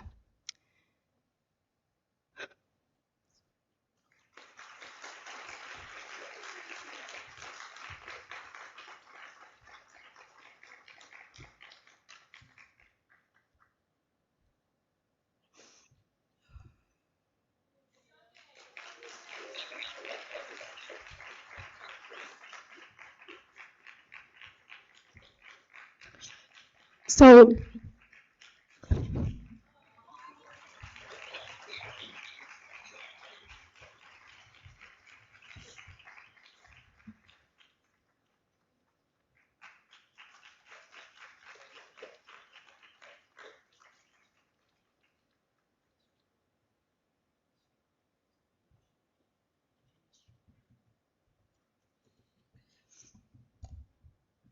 after the procedure, I was laid in a dark room with my legs tightly together for days.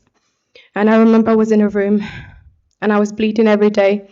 I had no toys, I had nothing. I only had charcoal next to me, and I used to draw on the wall next to me, and I'd just draw my dreams away just to keep me alive, because that part after the procedures where a lot of girls die and they don't make it out alive. That moment changed me forever, and my childhood came to an end. I survived, but many of girls didn't, and they don't. I stand here today for the joy that my mother couldn't reap her love. For generations, our mothers, our grandmothers, and the women before them endured this pain in silence. They were taught that suffering is part of being a woman and that this is normal, but it's not normal. It's not okay, and it's not part of our destiny. I know that I cannot change my past, but I can fight for their future, and I know the consequences that come with that. But I get so many messages from little girls from my country telling me that they're going to be getting female genital mutilation done soon.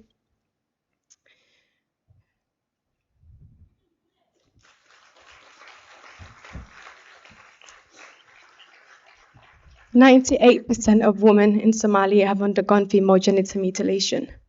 98% is a very big number, and that 2% are just the infants that have not reached the age to be cut yet. That's a whole nation of women in my country. And through my foundation, I bring awareness, I go into community and I do public speaking. I teach mothers that that tradition should never come at the cost of a child's body or soul. We can honor our traditions without having to harm our little daughters. I also created a sisterhood of survivors back home in the UK. Most of them my closest friends. We cry together, we heal together, but most importantly, we use our voices. We fight as we believe that our voices can protect the next generation. I want to protect all the young girls from blades that should never touch them. No little girl should go from playing outside to bleeding in a dark room. And the crown that I wear as Miss Somalia doesn't just represent beauty, but to me it represents responsibility, it represents truth. And I wear it for Fortune, I wear it for Deqa. Fortune and Deqa, both full of life and dreams, whose family I interviewed. Both of them bled to death from this same horror. Their hearts stopped beating because somebody thought that tradition was way more important than their lives. Their bodies couldn't survive what mine barely did. And so, no matter what the consequences is, I'll continue to keep fighting until I see change and until I see the world talk about it. Thank you so much. Thank you, Somalia. I think all the ladies are standing for you. There you are, you can see. Ladies, we just heard something that I think to all of us and to every guy here, every girl, every mother, every grandmother, we have heard a voice which has to be listened to. We've heard a voice that needs to be listened to by grandmothers, by mothers in your country, and we need to hopefully and carefully and kindly explain to those people in your country that it's wrong. There is no right. It's wrong. And what has been believed in the past, like many, many people have different customs, you have to eventually stop and think that custom is wrong. And there is no shaming being wrong. The shame is not to put it right. So we will all stand together and we will make it something that we explain to women, not make them feel bad because they believe that was the right thing to do. You don't do anything by telling people they were bad. They didn't understand. Now we must make them understand by everybody coming together to save other young girls from the same torture and cruelty which was thought to be the right way. Thank you for your bravery. And I don't know where this is going. I never get involved in politics, but this isn't politics. This is a social denigration, cruelty, and totally unacceptable, unnecessary thing to do to any female, little girl. Little girls don't choose. Now grandma must learn the new way of life. There is no excuse that's because we did it, you have to have it done. So we've got to put that right. We must all do it together, okay? So you can explain this. Thank you very much.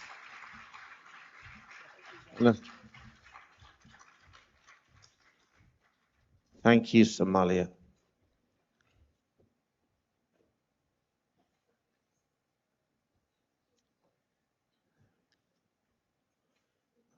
Just give a bit of time there.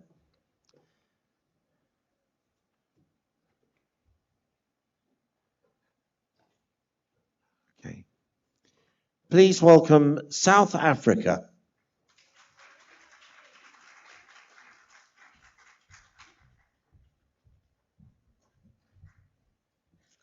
Greetings, everyone. My name is Walise Janssen van Rensburg, and I represent South Africa. Whenever I'm asked to introduce myself, I always start with the fact that I'm just an ordinary girl with extraordinary ambitions. I am someone that believes every single minute we have in this world is a gift, and it is a gift that should not be taken for granted. I spend my time to shed light on the 2.8 million orphans in my country, not even to mention the children that are born onto the streets and who have not been documented. I never had a big family. I come from a small family of 3. It was always my mom, my brother, and I.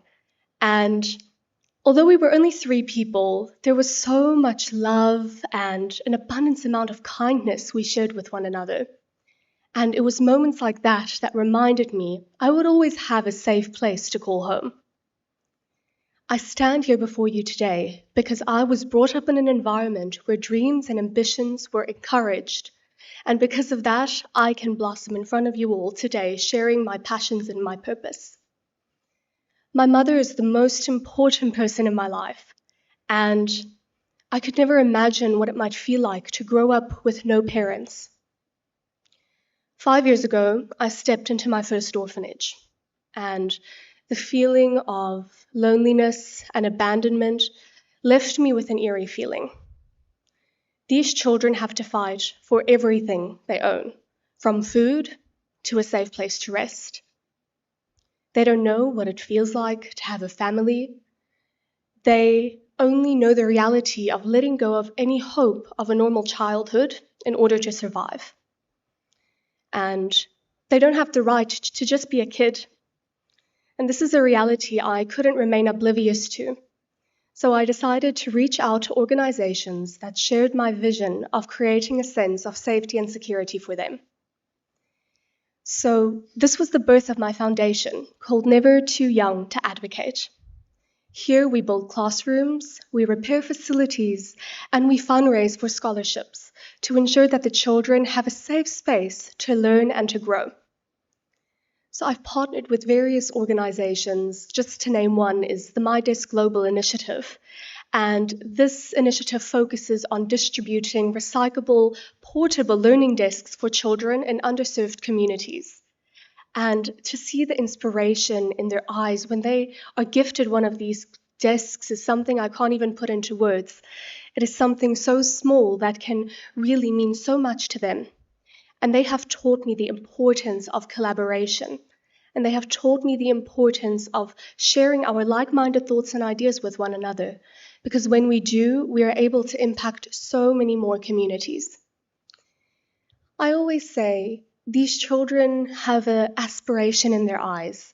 And to have witnessed that has inspired me in many ways. And it has given me a new sense of purpose. They have inspired me so much, I have decided to write my own children's book called Only a World Away. And this book focuses on teaching more children how to read and write. And it has been such a blessing to see how that sense of self and the power of knowledge can remind them that their dreams are never out of reach. We all long for the same thing, and I think we can all agree on that. And that is a sense of family and a sense of love. Those children are not just a statistic to me. They are people. They're my family. And 5 years ago, I went there not knowing what I would find. Little did I know, I would walk away with the big family that I always dreamed of. I got to know their stories, and they got to know mine. And every time I go, they tug onto my clothes and say, "Hello, Miss Wallis, we've missed you so much." And it brings me such a sense of emotion because we have become a big, large family, and that is a blessing to have. Those children have taught me so much about myself, but more importantly, they have redefined what purpose is. With that being said, I want you to open your hearts to a purpose that spreads far beyond yourself, because that is what they have taught me. And it has made me come to the very important realization that there is always another seat at the table. Never Too Young to Advocate is a promise, and my promise to the world, that we need to continue dreaming like children. Because when we dream without barriers and borders, the impossible really can become possible. Thank you so much. Thank you, South Africa. From South Africa to South Sudan.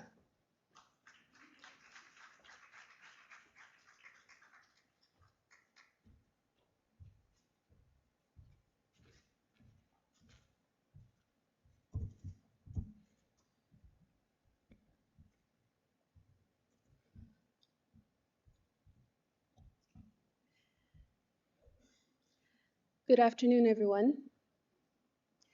My name is Ayom Tiro Mathieu, and I'm, hold on. Okay. My name is Ayom Tiro Mathieu, and I'm deeply honored to represent South Sudan at the 72nd Miss World in Telangana, India. Miss World has been a big part of my journey throughout my stay here in Telangana, but also my stay in South Sudan. Since our independence in 2011, we've participated in Miss World. Why? Because we believe in using our voices and our talents and our hearts to make a difference.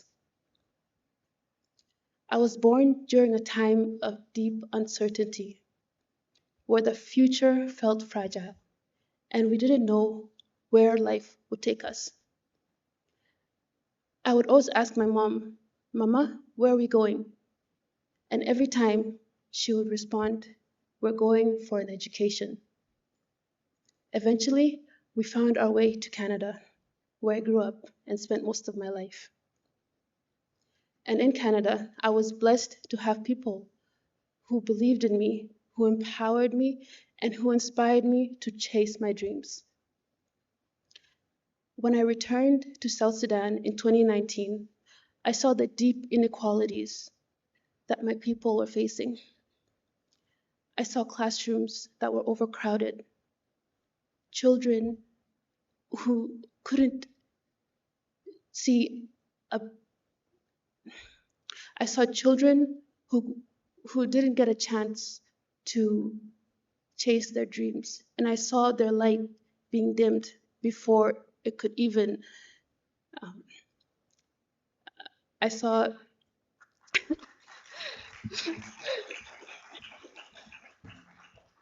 I saw their lights being dimmed before they even had a chance. That's why I created Rise, reaching, inspiring, supporting, and empowering. I wanted to help those who, like my family and I, once struggled, looking for a chance and a brighter future. Through Rise, I aim to empower young people through education and promote healing and foster understanding so that we can build an environment and a future where every single one of us can thrive. Thank you. Thank you, South Sudan. Thank you very much. And now we move to the T's.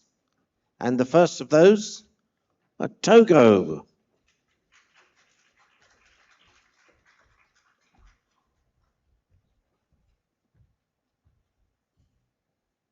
Thank you.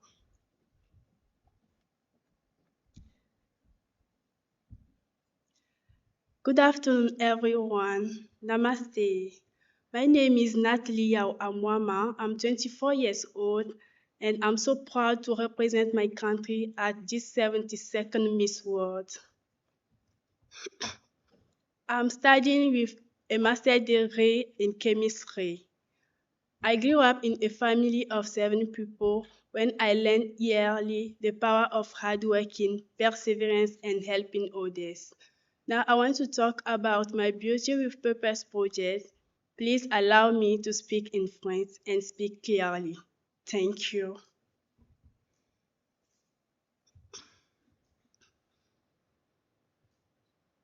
Chaque jour dans nos rues, nos maisons, des enfants grandissent, mais pourtant certains restent invisibles. Non pas parce qu'ils ne sont pas là, mais parce que la société ne pense pas à eux. Every day in our streets, some children grow up and aren't very lucky, not because, say that again, the last one, my lovely. Dans ma communauté, Recommence, ma chérie. okay. Chaque jour dans nos rues, nos maisons, des enfants grandissent, mais pourtant certains restent invisibles. Non pas parce qu'ils ne sont pas là, mais parce que la société ne pense pas à eux. Some children are invisible, even though they grow in our streets, in houses we can see, just because society doesn't think of them. Dans ma communauté, plus de 80% des enfants atteints d'infirmité motrice cérébrale. Les enfants qui sont nés avec des handicaps sont toujours délaissés, abandonnés par leur propre famille et même par la société. These children have been abandoned by society and their families. C'est tellement douloureux de voir ces enfants abandonnés dans la rue, en train de souffrir pour se battre à vivre, parce qu'aucune famille ne veut de ces enfants. And it is very painful to see because no one wants these children who fight for their lives and for food. Imaginez un seul instant être un enfant qui ne peut ni marcher, ni parler, au lieu d'être entouré d'amour, être abandonné et délaissé. Imagine being a kid who can't walk, can't eat, instead of being in a warm family and being abandoned. C'est un projet qui me tient vraiment à cœur parce que j'ai vécu une situation allant dans ce sens qui m'a beaucoup touchée. It's something that I really care about because I lived something similar. Après mon élection de Miss Togo 2024, j'ai décidé d'être la voix de ces enfants que les gens ne veulent pas écouter, de défendre les causes de ces enfants. So as soon as I was elected Miss Togo, I decided to be a voice for these children. Mon objectif premier est de sensibiliser la population à ne plus voir ces enfants comme un fardeau ou comme une malédiction. So my first aim is to talk about these children so that society doesn't see them as a burden anymore. Offrir à ces enfants une éducation allant dans ce sens parce qu'ils en méritent mieux. Offer them an education because they deserve it. J'aimerais, par ma voix, défendre les causes de ces enfants, attirer l'attention de ma communauté, de la population togolaise à ne plus rejeter ces enfants, à les accepter parce que ces enfants méritent d'être aimés. I think these children deserve to be loved, deserve to be loved, so I'm trying my best so that in my country they can be accepted. À travers ça, j'ai créé une association appelée Sauve-moi pour pouvoir venir en aide à ces enfants. That is why I created an association. Aujourd'hui, à travers ma voix et à travers votre voix, j'aimerais qu'on porte un soutien à ces enfants et créer un monde dans lequel aucun enfant ne sera abandonné ni délaissé. So together with my voice and yours, I would like to create a world where no more children is abandoned.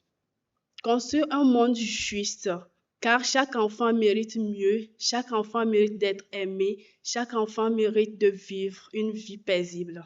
I think all children deserve to be loved, deserve to have a nice life and be surrounded. Ces enfants ont des rêves, ils ont besoin de nous pour se battre. On dit souvent qu'un enfant, c'est une bénédiction, alors nous devons les accueillir, leur soutenir et leur offrir des soins. We often say children are a benediction, so we must treat them like that. Time. Merci du fond du cœur de m'avoir écouté. Merci à Miss World de m'avoir donné cette opportunité de parler de ces enfants, de ce projet qui me tient à cœur. So thank you for listening and for giving me a stage on Miss World stage to talk about these children. Thank you so much. Thank you, Togo. There we are. There's two T's.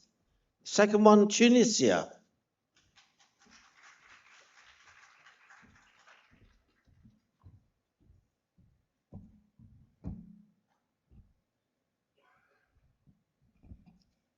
Aslema, Namaste India. Hello everyone watching from around the world.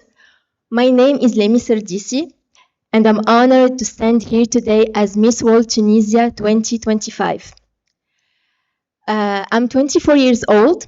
I'm studying master's degree in marketing research after getting my bachelor's in business administration specialized in marketing.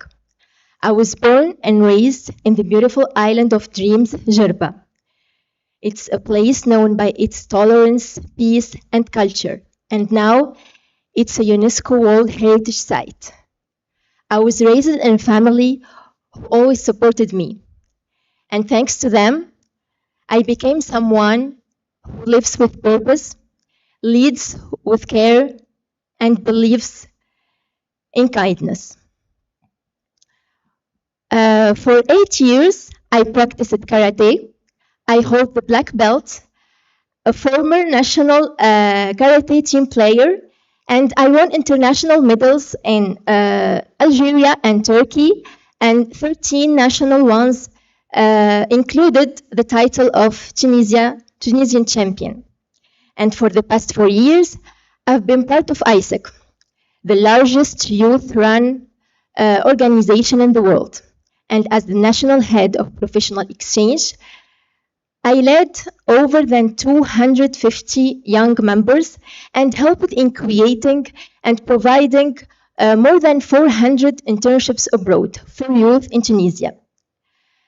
I also organized, facilitated, and managed conferences for over 600 delegates in Tunisia and abroad.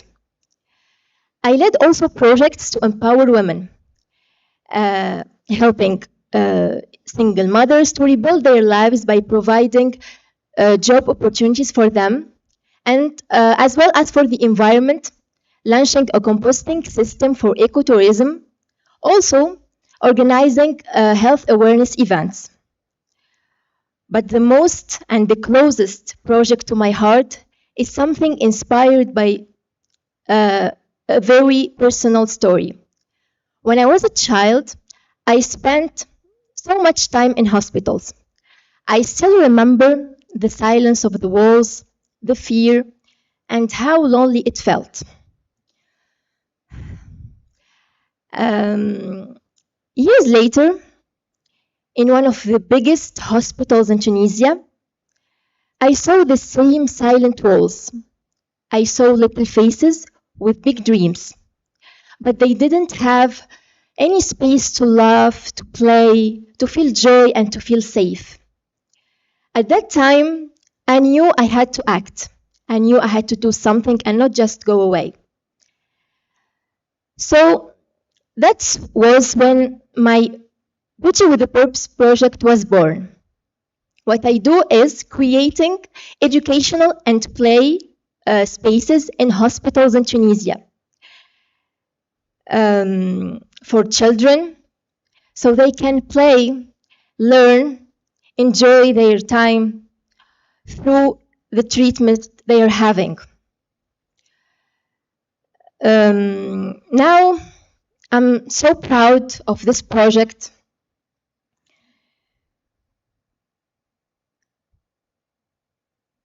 I've always loved working with children. They are our future, but they are also the most voiceless. At that age, they can't change their own reality, but we can. And I want to be that voice for them. This project is not only about play, it's about healing through joy. It's about giving hope to kids who are going through hard times and creating a space where they can feel free and happy. From a little girl with big dreams in a hospital bed to standing here on the Miss World stage, this journey has been built on purpose, love, and hope. I'm proud to represent Tunisia, and I'm ready to keep working for children, for change, and for a world filled with compassion. Thank you. Thank you, Tunisia. Now it's the turn of Uganda.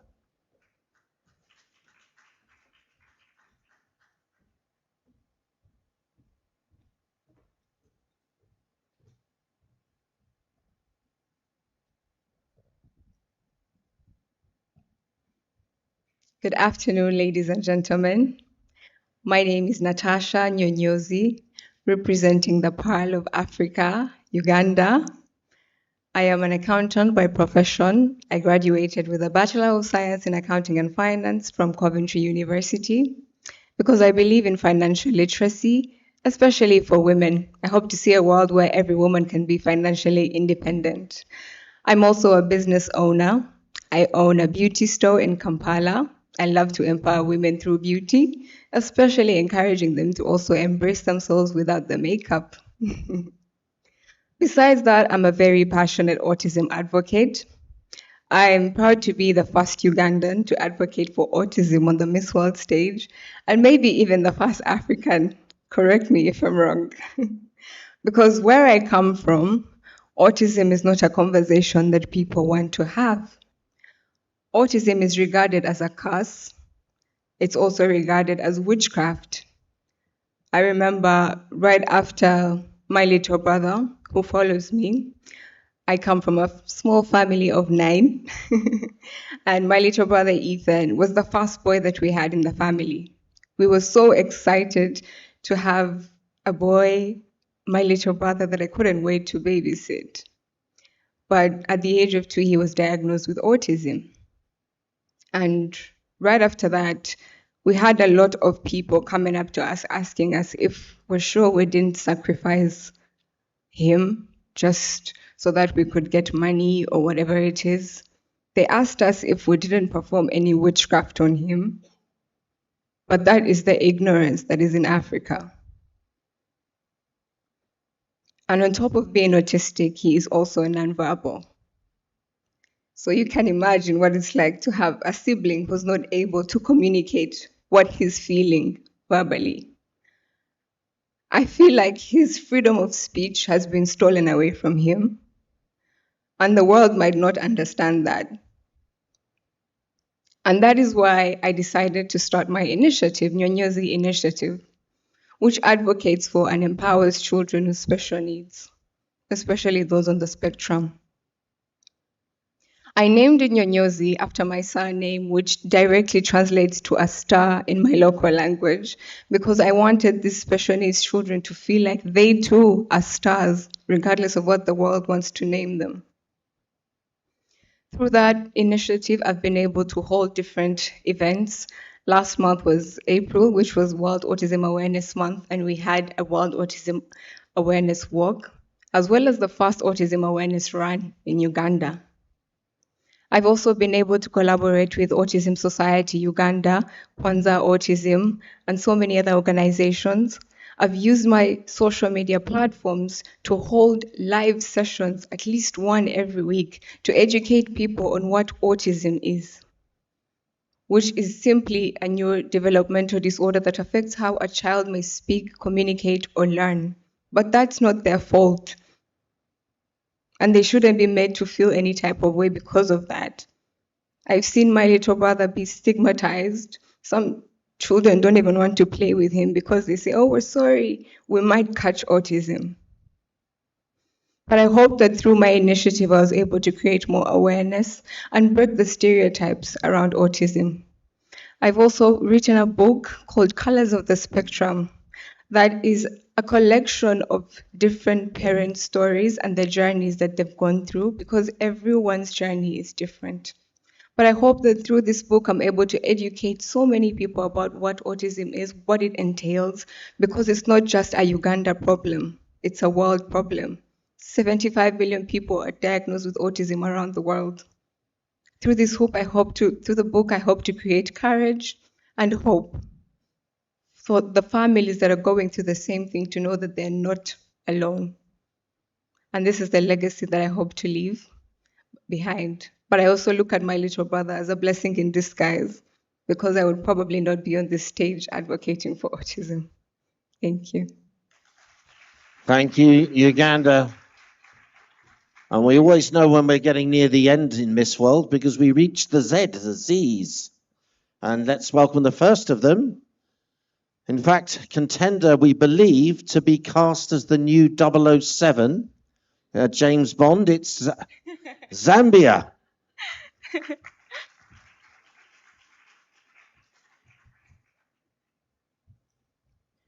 Good afternoon, ladies and gentlemen. It is with deep pleasure and honor that I stand before you. Today, I am the flag bearer of 20 million hearts of the bold and the brave. And after 7 years, Zambia stands on the Miss World stage.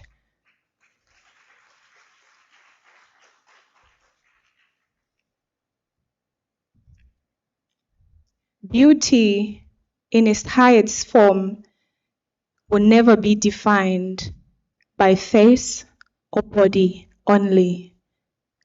Beauty is the power to impact the world by speaking for the voiceless, the courage to stand for the weak, and the compassion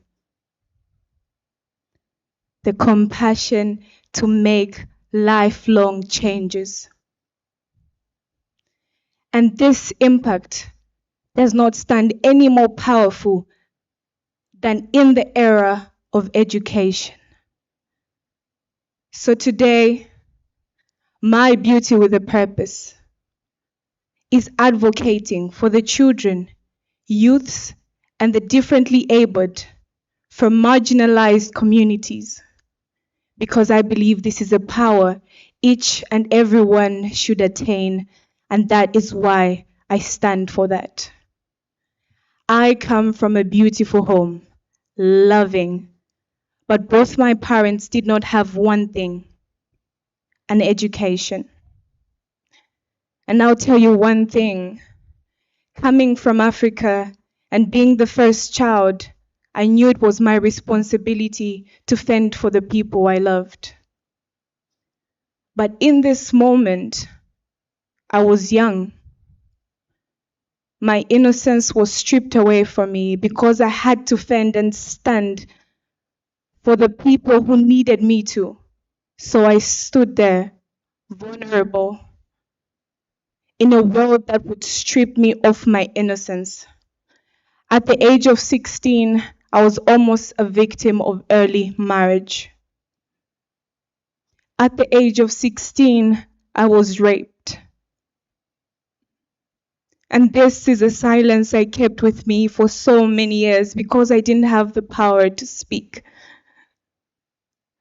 Had I had the knowledge and understanding that it was okay to speak up, I would have.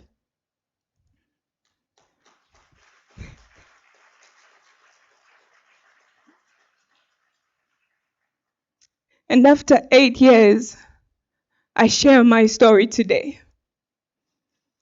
For one reason only. I stand as a mirror of reflection to the children who are broken, who believe that dreams are too cracked that they cannot dream or cannot achieve one sole purpose. I am the reflection of that broken still stands. My beauty with a purpose advocates for these children by providing them with a skill, educating them about agriculture, impacting them with things as vital as a good health. As a medical personnel who graduated in the field of medical licensure, I understand the need for these children to be able to fend for themselves when it comes to their health. So we have had campaigns that aware them, that teach them on the awareness of good health. We've had campaigns that help them with the agricultural knowledge. Coming from an African sector, we understand the importance of agriculture, and this is what they need to know. These necessities are things that they need to move with each and every day of their lives, because education and skill is one thing no one can ever strip away from you. We have hosted campaigns, and these campaigns have impacted over 1,000 vulnerable children, orphans, vulnerable, and the differently abled youths. This impact is slowly changing the world. I've heard so many people say you can never change the world. I believe it's because you're chasing after perfection. But one thing we need to change is the narrative. And that's it. Because changing the world is one step at a time. My advocacy when it comes to education is I believe in one key. Education gives understanding. Understanding gives knowledge. And knowledge gives power.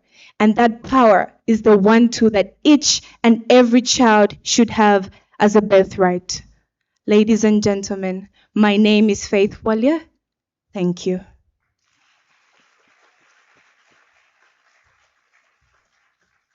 Thank you, Zambia.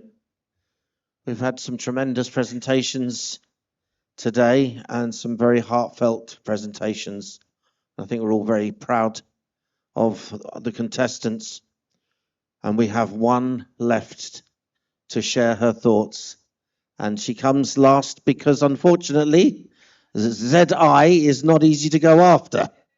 So please give a special welcome to Zimbabwe.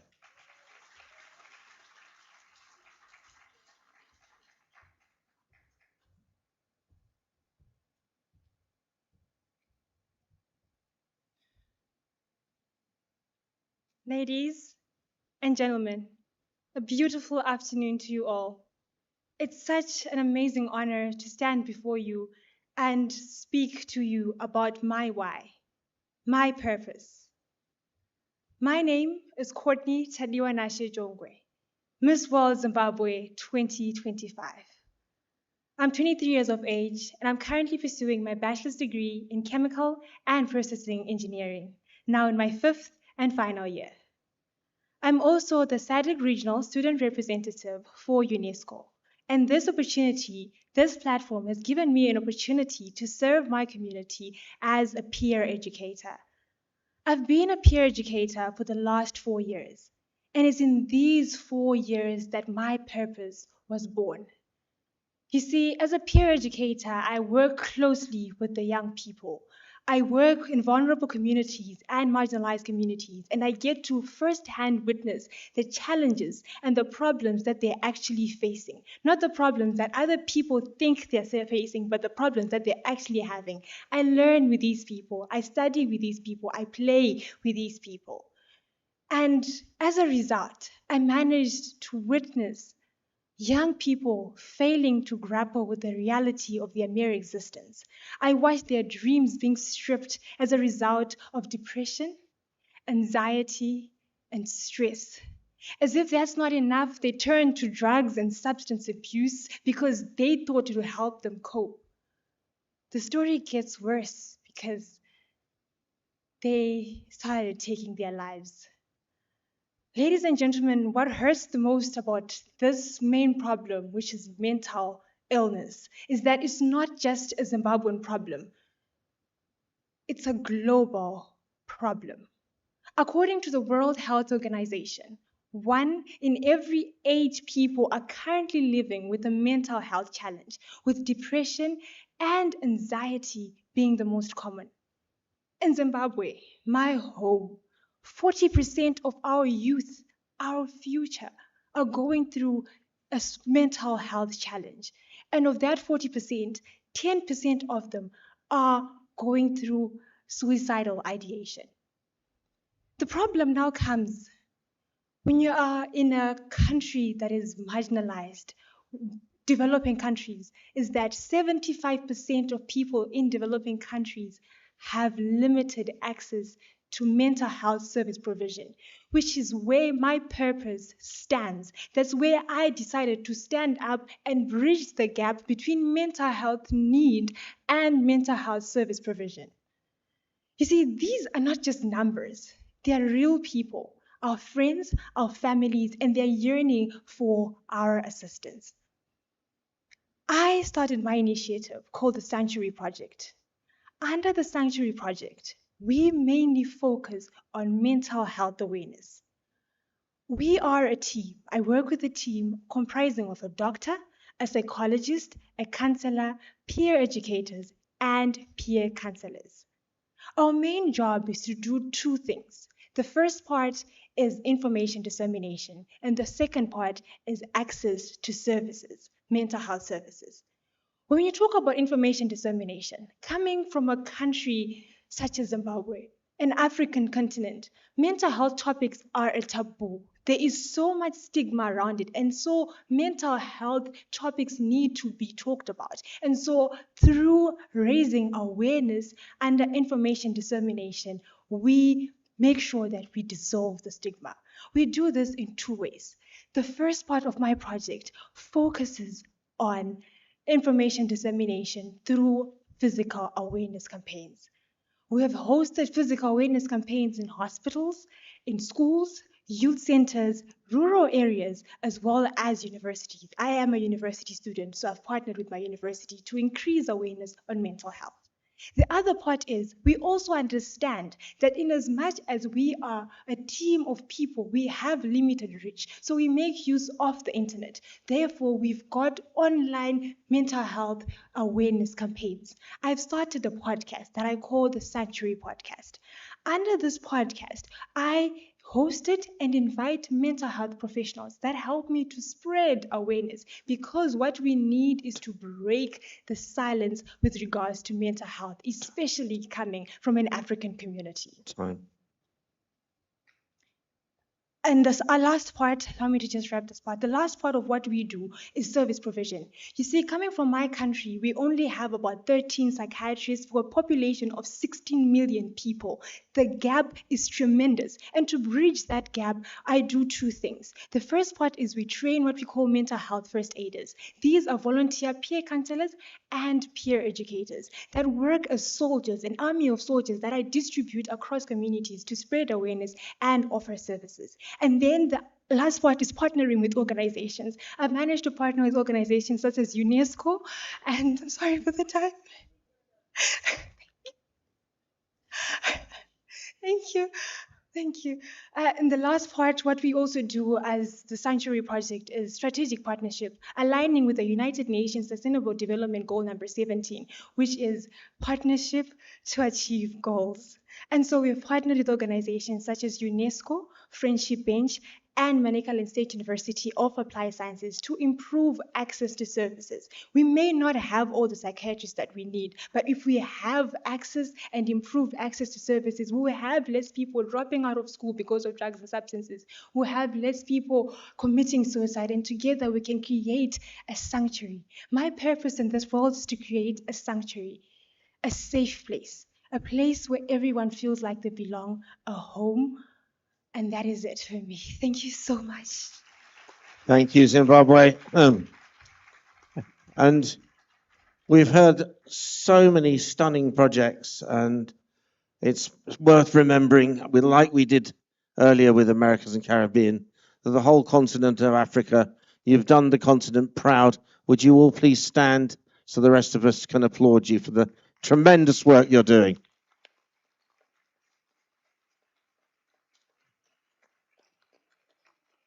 Well done, ladies. Well done indeed. It's been a fantastic day. Remember, things are better together. So you've learnt a lot today. Please help your fellow contestants in their projects. Give them your support. And we look forward to seeing you tomorrow when Europe and Asia and Oceania will do their presentations. Until then, a very goodbye.